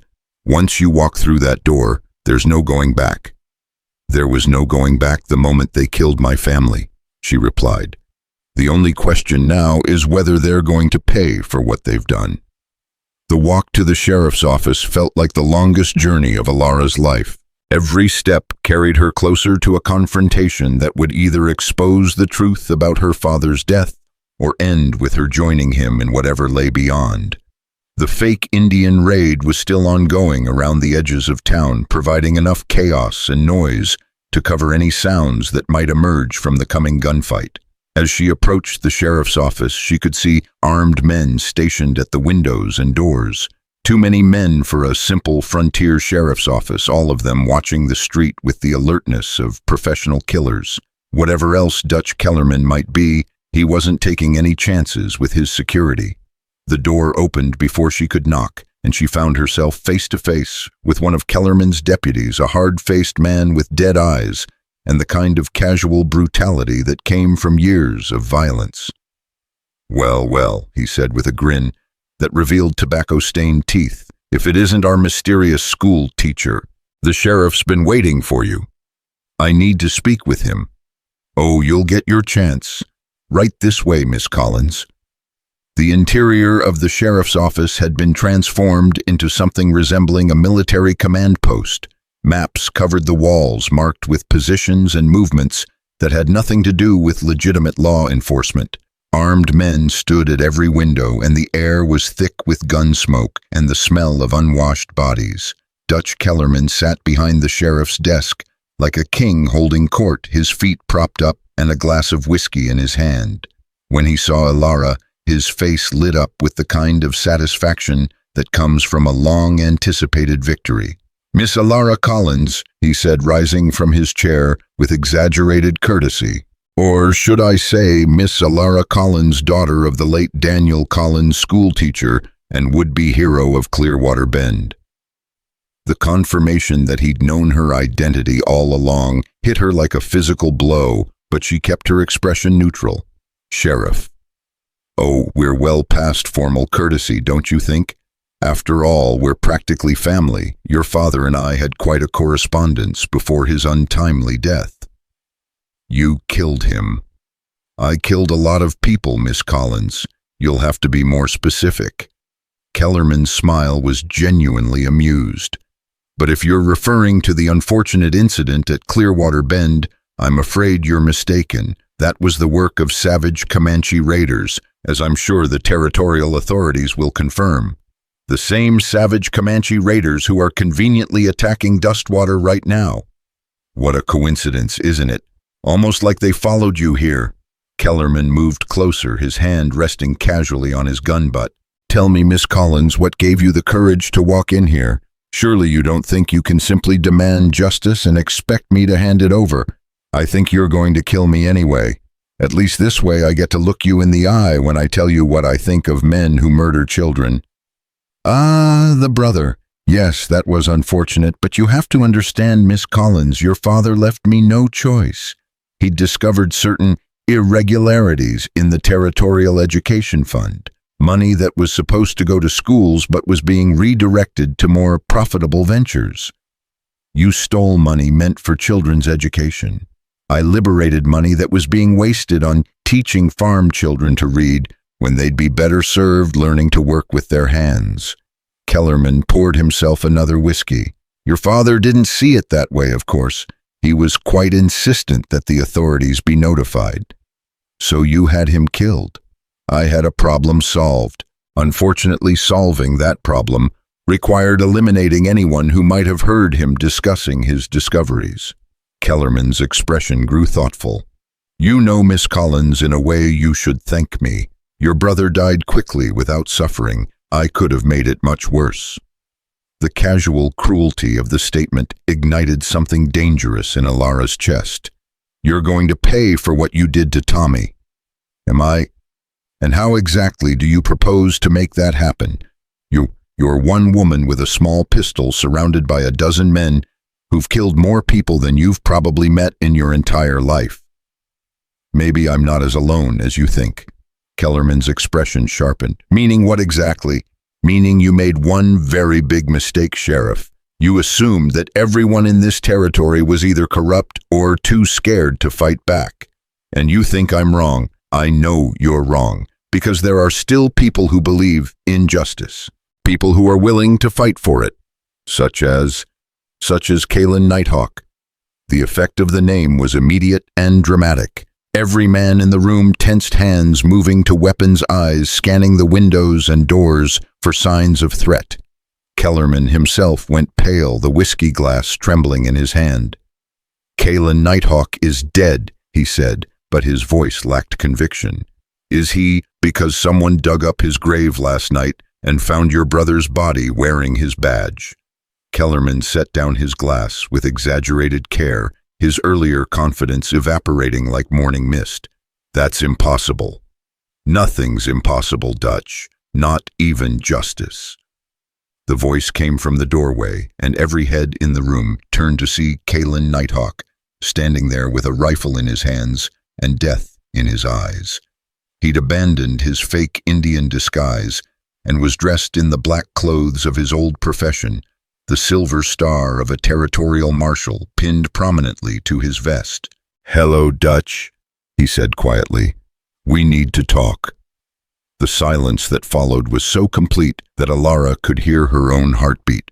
Kellerman stared at the man he'd tried to murder, as if seeing a ghost, while his deputies looked back and forth between their boss and the apparition in the doorway. You're supposed to be dead, Kellerman whispered. Funny thing about that, Kaelen replied, stepping into the room with predatory grace.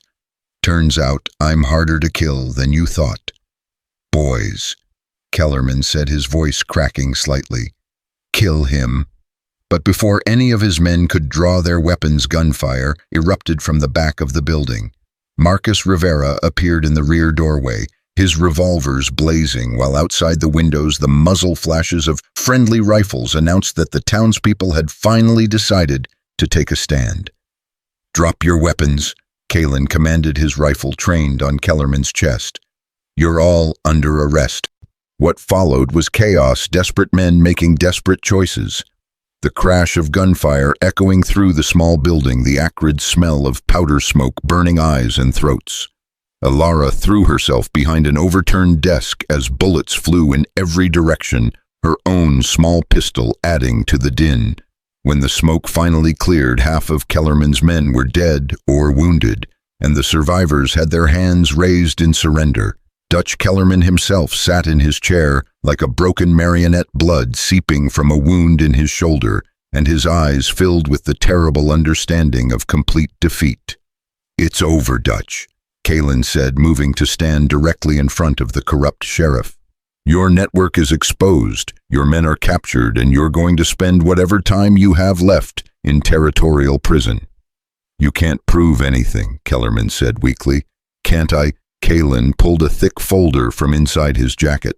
"Bank records, correspondence receipts for payments to your fake raiders. I've been collecting evidence for 3 months, Dutch. Enough evidence to hang you and half the territorial government." Kellerman's face crumpled. How did you know?" "I knew because your brother told me before he died.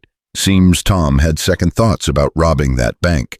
Said he had information about corruption that went all the way to the territorial capital, and he wanted to make a deal."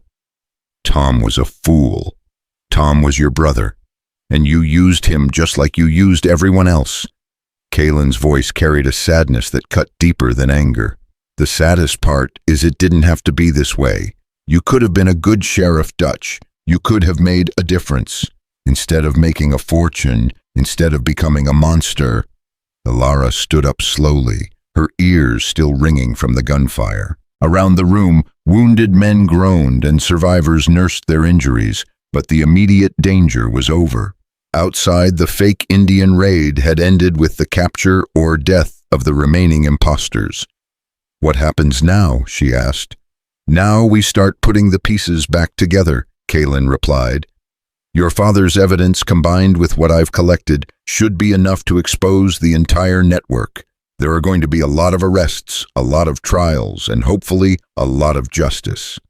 And Clearwater Bend will be rebuilt. The territorial government owes your town that much at least." Elara looked around at the destruction, at the wounded and the dead, at the man who had ordered the murder of her family, now sitting broken and defeated in his chair. She should have felt satisfied, vindicated, complete. Instead, she felt empty. "It doesn't bring them back," she said quietly. "No," Kaelen agreed. "It doesn't. But it makes sure their deaths meant something. Your father died because he believed in justice, Elara. Today, justice won." As the territorial marshals began arriving to take the prisoners into custody, Elara found herself standing outside the sheriff's office, looking up at the sky. The fake Indian raid had left parts of Dustwater burning, but already people were organizing bucket brigades and working to save what could be saved. "Miss Collins." She turned to find Marcus Rivera approaching, his hat in his hands and concern in his eyes. "Are you all right?" "I think so. It's hard to tell." "It's going to take time," he said gently. "Healing always does." "Marcus, can I ask you something?" "Of course. Do you think my father would be proud of what we did here today?" Marcus was quiet for a moment, considering the question with the seriousness it deserved. "I think your father would be proud that you didn't let his death be meaningless. I think he'd be proud that you had the courage to see justice done even when it meant risking everything. And Tommy, I think your brother would be proud that his sister refused to let the bad guys win." Tears were running down her face now, the first she'd allowed herself since that terrible morning in Clearwater Bend. All the rage and pain and desperate need for vengeance was finally giving way to grief. Clean, honest grief for the people she'd loved and lost. "It's over," she whispered. "Yes," Marcus said gently. "It's over." But even as she said the words, Elara knew they weren't entirely true. The immediate crisis was resolved. The villains were captured and justice would be served. But the real work, the work of rebuilding, of healing, of learning to live with loss, was just beginning. and somewhere in the distance she could hear the whistle of the evening train carrying news of the day's events to the territorial capital and beyond. Soon, the whole territory would know about the corruption that had been festering in its heart, about the brave people who had stood up to it, and about the price that had been paid for justice. The sun was setting over Dustwater, painting the sky in shades of orange and red that reminded her of flames. But these weren't the flames of destruction that had consumed her old life. These were the flames of a new dawn rising from the ashes of everything that had come before. And for the first time since that terrible morning, Elara Collins allowed herself to believe that maybe, just maybe, there might be room in that new dawn for hope. The flames of hope, however, would have to burn a little longer before they could truly illuminate the darkness that had settled over the territory. 3 weeks after the confrontation in Dustwater, Elara found herself standing in the territorial courthouse in Santa Fe, watching as a parade of corrupt officials was led away in shackles.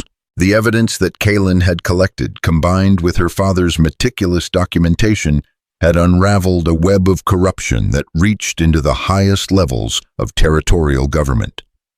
Governor Hamilton himself had been arrested the previous morning, his carefully constructed facade of respectability crumbling under the weight of bank records that showed payments from the same accounts that had funded the massacre at Clearwater Bend.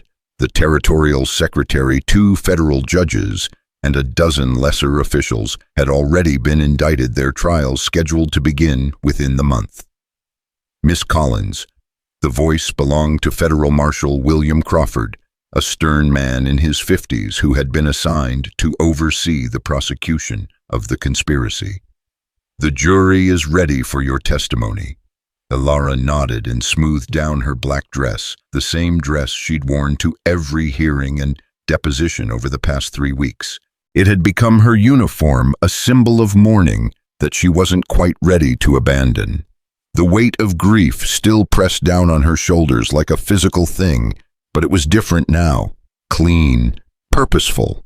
The courtroom was packed with journalists, territorial officials, and curious citizens who had traveled from across the Southwest to witness what the newspapers were calling the trial of the century. As she walked to the witness stand, Elara could feel hundreds of eyes upon her, but her attention was focused on the defendant's table, where Dutch Kellerman sat in chains, his face a mask of sullen defeat. "Miss Collins," the prosecutor began once she'd been sworn in, "please tell the court about the morning of September 7th when you discovered your town had been attacked." She had told this story so many times over the past weeks that it had taken on the quality of a recitation, but as she spoke, the memories came flooding back with vivid clarity. The smell of smoke, Tommy's body on the schoolhouse steps, the graffiti left behind to implicate Kaelen Nighthawk.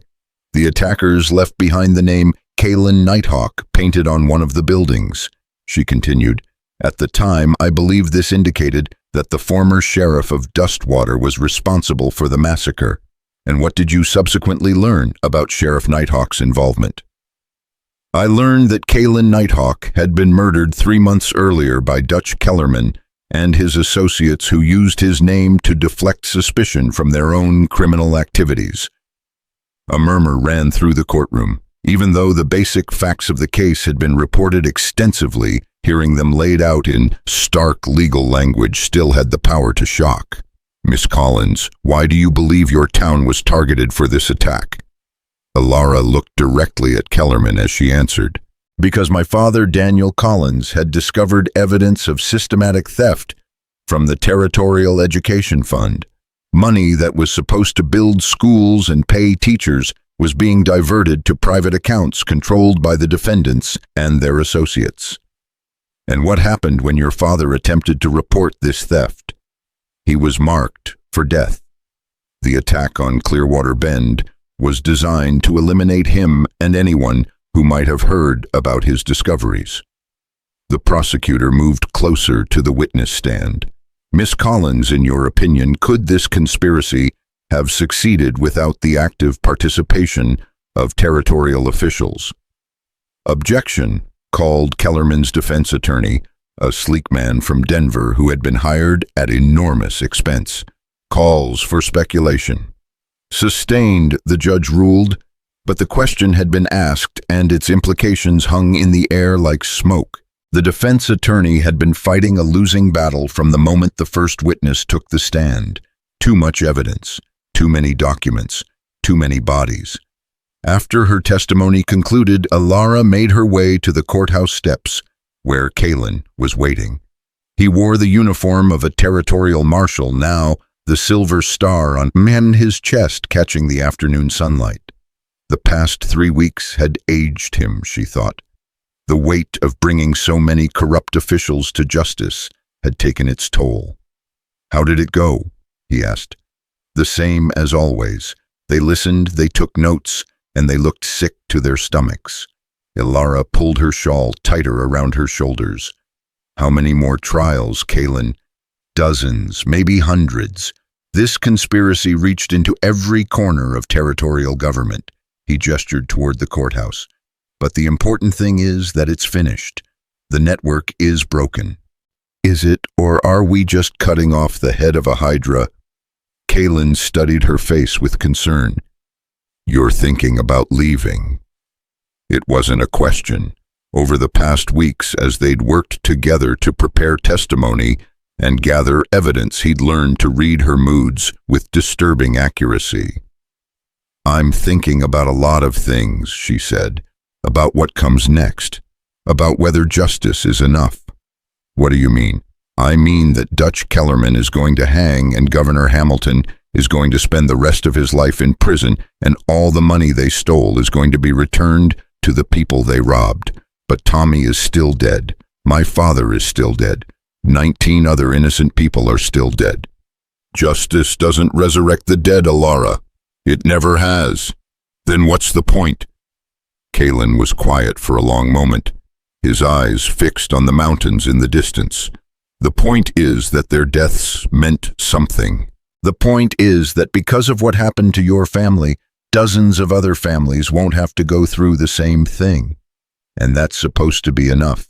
It's supposed to be something, and sometimes something is all we get." A carriage approached from the direction of town, raising dust in the afternoon heat. As it drew closer, Elara recognized the driver as Marcus Rivera, who had been serving as an unofficial coordinator for the various witnesses and victims who had come to testify. Beside him sat Sarah Whitmore, her face animated with excitement. "Elara," Sarah called as the carriage pulled to a stop. "Have you heard the news?" "What news?" Marcus climbed down from the driver's seat, his expression serious but satisfied. "The territorial legislature voted this morning. They're establishing a victims' compensation fund, and they've authorized the rebuilding of every town that was attacked by Kellerman's fake raiders." "Including Clearwater Bend," Sarah added. "They're going to rebuild it exactly as it was, with a new school and everything." The news should have filled Elara with joy, but instead she felt only a strange numbness. "That's wonderful," she said, trying to inject enthusiasm into her voice. "There's more," Marcus continued. "They want you to be the new school teacher. They're offering to pay for your transportation back, plus a bonus, to compensate for everything you've been through." "They want me to go back. They want you to help rebuild," Sarah said, "to be part of making Clearwater Bend whole again." Elara looked from face to face, seeing hope and expectation in their eyes. These people genuinely believed that reconstruction was possible, that the past could somehow be repaired through the simple act of rebuilding what had been destroyed. "I need to think about it," she said finally. "Of course," Marcus said, though she could see the disappointment in his expression. "Take all the time you need." As the carriage drove away, Elara found herself alone with Kaelen again. The courthouse steps had emptied as the afternoon session began, leaving them surrounded by the peculiar silence that settles over public spaces when the crowds have departed. "You're not going back," Kaelen said. It wasn't a question. "How can I? Every building, every street, every corner would remind me of what was lost. How do you rebuild on top of a graveyard? The same way people have always rebuilt, One brick at a time, one day at a time, until the new memories start to outnumber the old ones. And what if they don't? What if the ghosts are stronger than the hope? Kaelen turned to face her fully. Then you find somewhere else to make new memories. But Elara, you can't run from grief forever. Sooner or later you have to stop moving and start living again. Is that what you did after they tried to kill you? I spent 3 months planning revenge. 3 months thinking about nothing but making Dutch Kellerman pay for what he'd done. And you know what I discovered? What? That revenge is a cold meal. It fills your belly, but it doesn't nourish your soul. Kaelen's voice carried a weariness that spoke of hard-won wisdom. Justice, on the other hand, justice has the power to heal, not just the victims, but the people who fight for it. I don't feel healed. Give it time. A new group of witnesses was climbing the courthouse steps, their faces set with the grim determination of people who had come to bear witness to terrible truths. Elara recognized some of them survivors from other towns that had been attacked, family members of people who had been murdered, ordinary citizens who had discovered that their tax money had been stolen by the very officials sworn to protect them. Look at them, Kaelen said softly. Every one of those people has lost something. Family, homes, savings, trust in their government. But they're here, they're fighting, they're refusing to let the bastards win. And you think I should be more like them? I think you already are like them, you just don't see it yet. That evening, Elara sat in her hotel room writing letters. The first was to Martha Patterson, thanking her for her kindness and courage during those dangerous days in Dustwater. The second was to Henry Whitmore, expressing her gratitude for his warnings and his daughter's bravery. The third was to the territorial legislature, politely declining their offer to return to Clearwater Bend as the new schoolteacher. The fourth letter was the hardest to write. It was addressed to her cousin Elizabeth in Chicago, the only remaining family she had in the world. She'd been meaning to write this letter for weeks, but every time she'd tried, the words had seemed inadequate to convey the magnitude of what had happened. "Dear Elizabeth," she began, then stopped. "How do you explain to someone that your entire world had been destroyed and rebuilt in the span of a month? How do you describe the transformation from victim to avenger to witness to what? What was she now?" A knock at her door interrupted her thoughts. She opened it to find a young man in a telegraph operator's uniform holding a message. "Telegram for Miss Collins," he said. "Thank you." She tipped him a nickel and closed the door, studying the yellow paper with curiosity. Very few people knew where she was staying. The message was from Marshall Crawford. "Kellerman confessed, stop implicated. Additional conspirators, stop your testimony. No longer needed, stop, free to leave Santa Fe, stop." She read it twice, then set it down on the small writing desk. Free to leave. After 3 weeks of depositions and testimony, and reliving the worst moments of her life for the benefit of judges and juries, she was finally free to leave. The question was, where would she go? Another knock at the door made her look up in surprise. This time it was Kaelen, still wearing his marshal's uniform, but looking tired in a way that went deeper than physical exhaustion. "I heard about Kellerman's confession," she said, stepping aside to let him enter. "Cleared up a lot of loose ends. We'll be able to arrest at least a dozen more conspirators based on what he told us." Kaelen removed his hat and ran his fingers through his dark hair. "It's over, Elara. Really over this time. Crawford said I'm free to leave Santa Fe." "Where will you go?" "I don't know. Chicago, maybe. I have a cousin there who'd take me in until I figure out what comes next." "And what does come next?" Elara sank into the room's single chair, suddenly feeling the weight of her exhaustion. "I don't know that either. For the past month, everything I've done has been about seeking justice for my family. Now that we've found it, I feel lost." Kaelen sat on the edge of the bed, his hands clasped between his knees. "Can I tell you something? Something I've never told anyone else?" "Of course." The night they tried to kill me, as I was lying in that mine shaft, bleeding and thinking I was going to die, I made myself a promise. I promised that if I survived, I'd spend the rest of my life making sure that what happened to me never happened to anyone else. And have you kept that promise? I thought I had. We caught the bad guys, we exposed the corruption, we made sure justice was served. But sitting here now, looking at you, I realize I was thinking too small. What do you mean? I mean that catching criminals is only half the job. The other half is helping the victims heal, helping them rebuild, helping them find their way back to the light. Kaelen looked at her with an intensity that made her breath catch. Elara, what if instead of running away from what happened, you used it as a foundation for something new? I don't understand. There are dozens of towns out here that have been attacked, robbed, or abandoned. Hundreds of families who've lost everything and don't know how to start over. What if there was someone who understood what they were going through, someone who could help them rebuild not just their homes, but their hope? The idea hit her like a revelation. You're talking about more than just teaching. I'm talking about healing. Teaching is part of it, but so is organizing, advocating, fighting for people who don't have the strength to fight for themselves. Kaelen leaned forward. Elara, you have something that most people don't have. You've stared into the abyss and come back stronger. You've faced the worst that human nature has to offer and refused to let it break you. I don't feel stronger. I feel empty. That's because you've been carrying this burden alone. What if you didn't have to? What are you suggesting? I'm suggesting that we work together. I'll handle the law enforcement side, tracking down the remaining members of the conspiracy, making sure justice is served. You handle the human side, helping communities rebuild, helping families heal, making sure that the victims aren't forgotten once the trials are over. The proposal was both terrifying and exhilarating.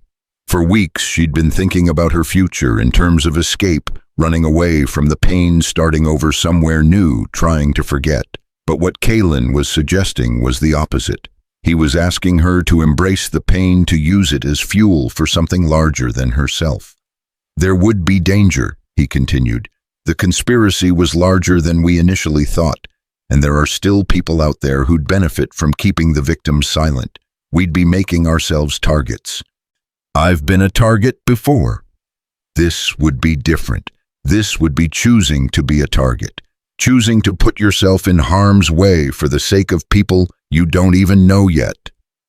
Elara stood up and walked to the window, looking out at the dusty streets of Santa Fe.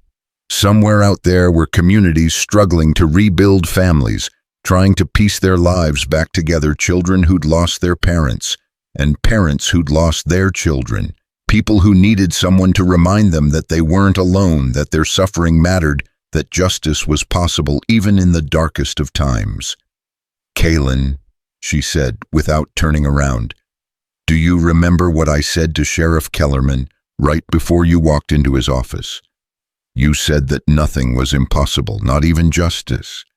Do you believe that? I'm starting to. She turned to face him, and for the first time in weeks, she felt something stirring in her chest that might have been hope. Then let's prove it. The transformation didn't happen overnight. Over the following months, as autumn gave way to winter, and winter gave way to spring, Elara and Kaelen traveled throughout the territory, documenting the full extent of the damage caused by the conspiracy and working to help communities rebuild. They established a network of communication between isolated towns, ensuring that news of threats or opportunities could be shared quickly. They lobbied the territorial government for better protection and more resources for frontier communities. They helped organize schools, churches, and local governments in places where the old structures had been destroyed or corrupted. Most importantly, they listened. They sat with families who had lost everything and helped them tell their stories. They held the hands of children who had watched their parents die and assured them that the nightmares would eventually fade. They stood with communities as they buried their dead and celebrated their survivors. It was difficult work, often heartbreaking, sometimes dangerous. There were still members of the conspiracy at large, still corrupt officials who saw their efforts as a threat to be eliminated. They survived 2 assassination attempts, countless threats, and the constant stress of knowing that their enemies were always watching. But there were victories too. Communities that had been on the verge of abandonment found new life. Families that had been scattered by violence were reunited. Children who had lost their faith in the goodness of the world slowly began to trust again. One evening in late spring, as they sat around a campfire outside a small town called New Haven that they'd helped establish for refugees from various attacks, Elara found herself thinking about the conversation they'd had in that hotel room in Santa Fe. "Kaelen," she said, "do you remember asking me what came next?" "I remember. I think I finally have an answer." "What's that?" "What comes next is this, all of this. Every town we help rebuild, every family we help heal, every child we help find hope again." She looked at him across the fire, seeing her own determination reflected in his dark eyes. "What comes next is making sure that what happened to my family, to my town, never happens to anyone else. And if it does happen, then we make sure they don't have to face it alone." Kaelen nodded slowly. "I can live with that." "Good," Elara said, "because I have a feeling we're going to be very busy." As if to prove her point, a rider approached their camp, his horse lathered with sweat and his face grim with urgent news. It was becoming a familiar sight, someone arriving with word of a new crisis, a new injustice, a new community in need of help. "Marshal Nighthawk," the rider called. "Miss Collins, I'm from Cedar Creek, about 50 miles north of here. We've got trouble." Elara and Kaelen exchanged a look that spoke volumes. "Here we go again." "What kind of trouble?" Kaelen asked. "The kind that requires people who aren't afraid of a fight," the rider replied. "The kind that requires people who believe in justice." Elara stood up and began gathering her gear, feeling the familiar surge of purpose that had become her anchor in the months since Clearwater Bend. Somewhere to the north, people were in danger, people who needed help that only she and Kaelen could provide. "Tell us everything," she said to the rider, "and don't leave out any details." As the man began his story, another tale of corruption, violence, and ordinary people caught in the crossfire, Elara felt a hand on her shoulder. Kaelen was standing beside her, his marshal's badge catching the firelight, his expression set with the quiet determination she'd come to know so well. "Ready?" he asked. She thought about Tommy lying dead on the schoolhouse steps. She thought about her father murdered for trying to do the right thing. She thought about 19 other innocent people whose only crime had been living in the wrong place at the wrong time. And then she thought about all the people they'd helped over the past months, all the communities they'd saved, all the families they'd reunited, all the children who were sleeping safely tonight because someone had finally stood up and said, "Enough." "Ready," she said. They rode north through the night toward whatever new crisis awaited them, carrying with them the hard-won knowledge that justice wasn't just about punishing the guilty. It was about protecting the innocent. It was about giving people hope when all hope seemed lost. It was about proving again and again that even in the darkest of times, good people could still make a difference. Behind them, the fire burned down to embers, but the light it had kindled in their hearts would burn for years to come. The girl who had watched her world burn 3 months ago was gone, replaced by a woman who had learned that sometimes the only way to heal from trauma is to dedicate your life to preventing others from experiencing the same pain. The road ahead was long and uncertain, filled with dangers they couldn't yet imagine and challenges they weren't yet prepared to face. But they would face them together, armed with courage, compassion, and an unshakable belief that justice wasn't just possible, it was inevitable as long as someone was willing to fight for it. Somewhere in the distance, dawn was breaking over the mountains, painting the sky in shades of gold and crimson that reminded Elara not of destruction, but of renewal, of hope, of the promise that every ending was also a beginning, And every loss was also an opportunity to build something better. The woman who had once sworn revenge had found something far more powerful: purpose. And in finding her purpose, she had finally found her way home.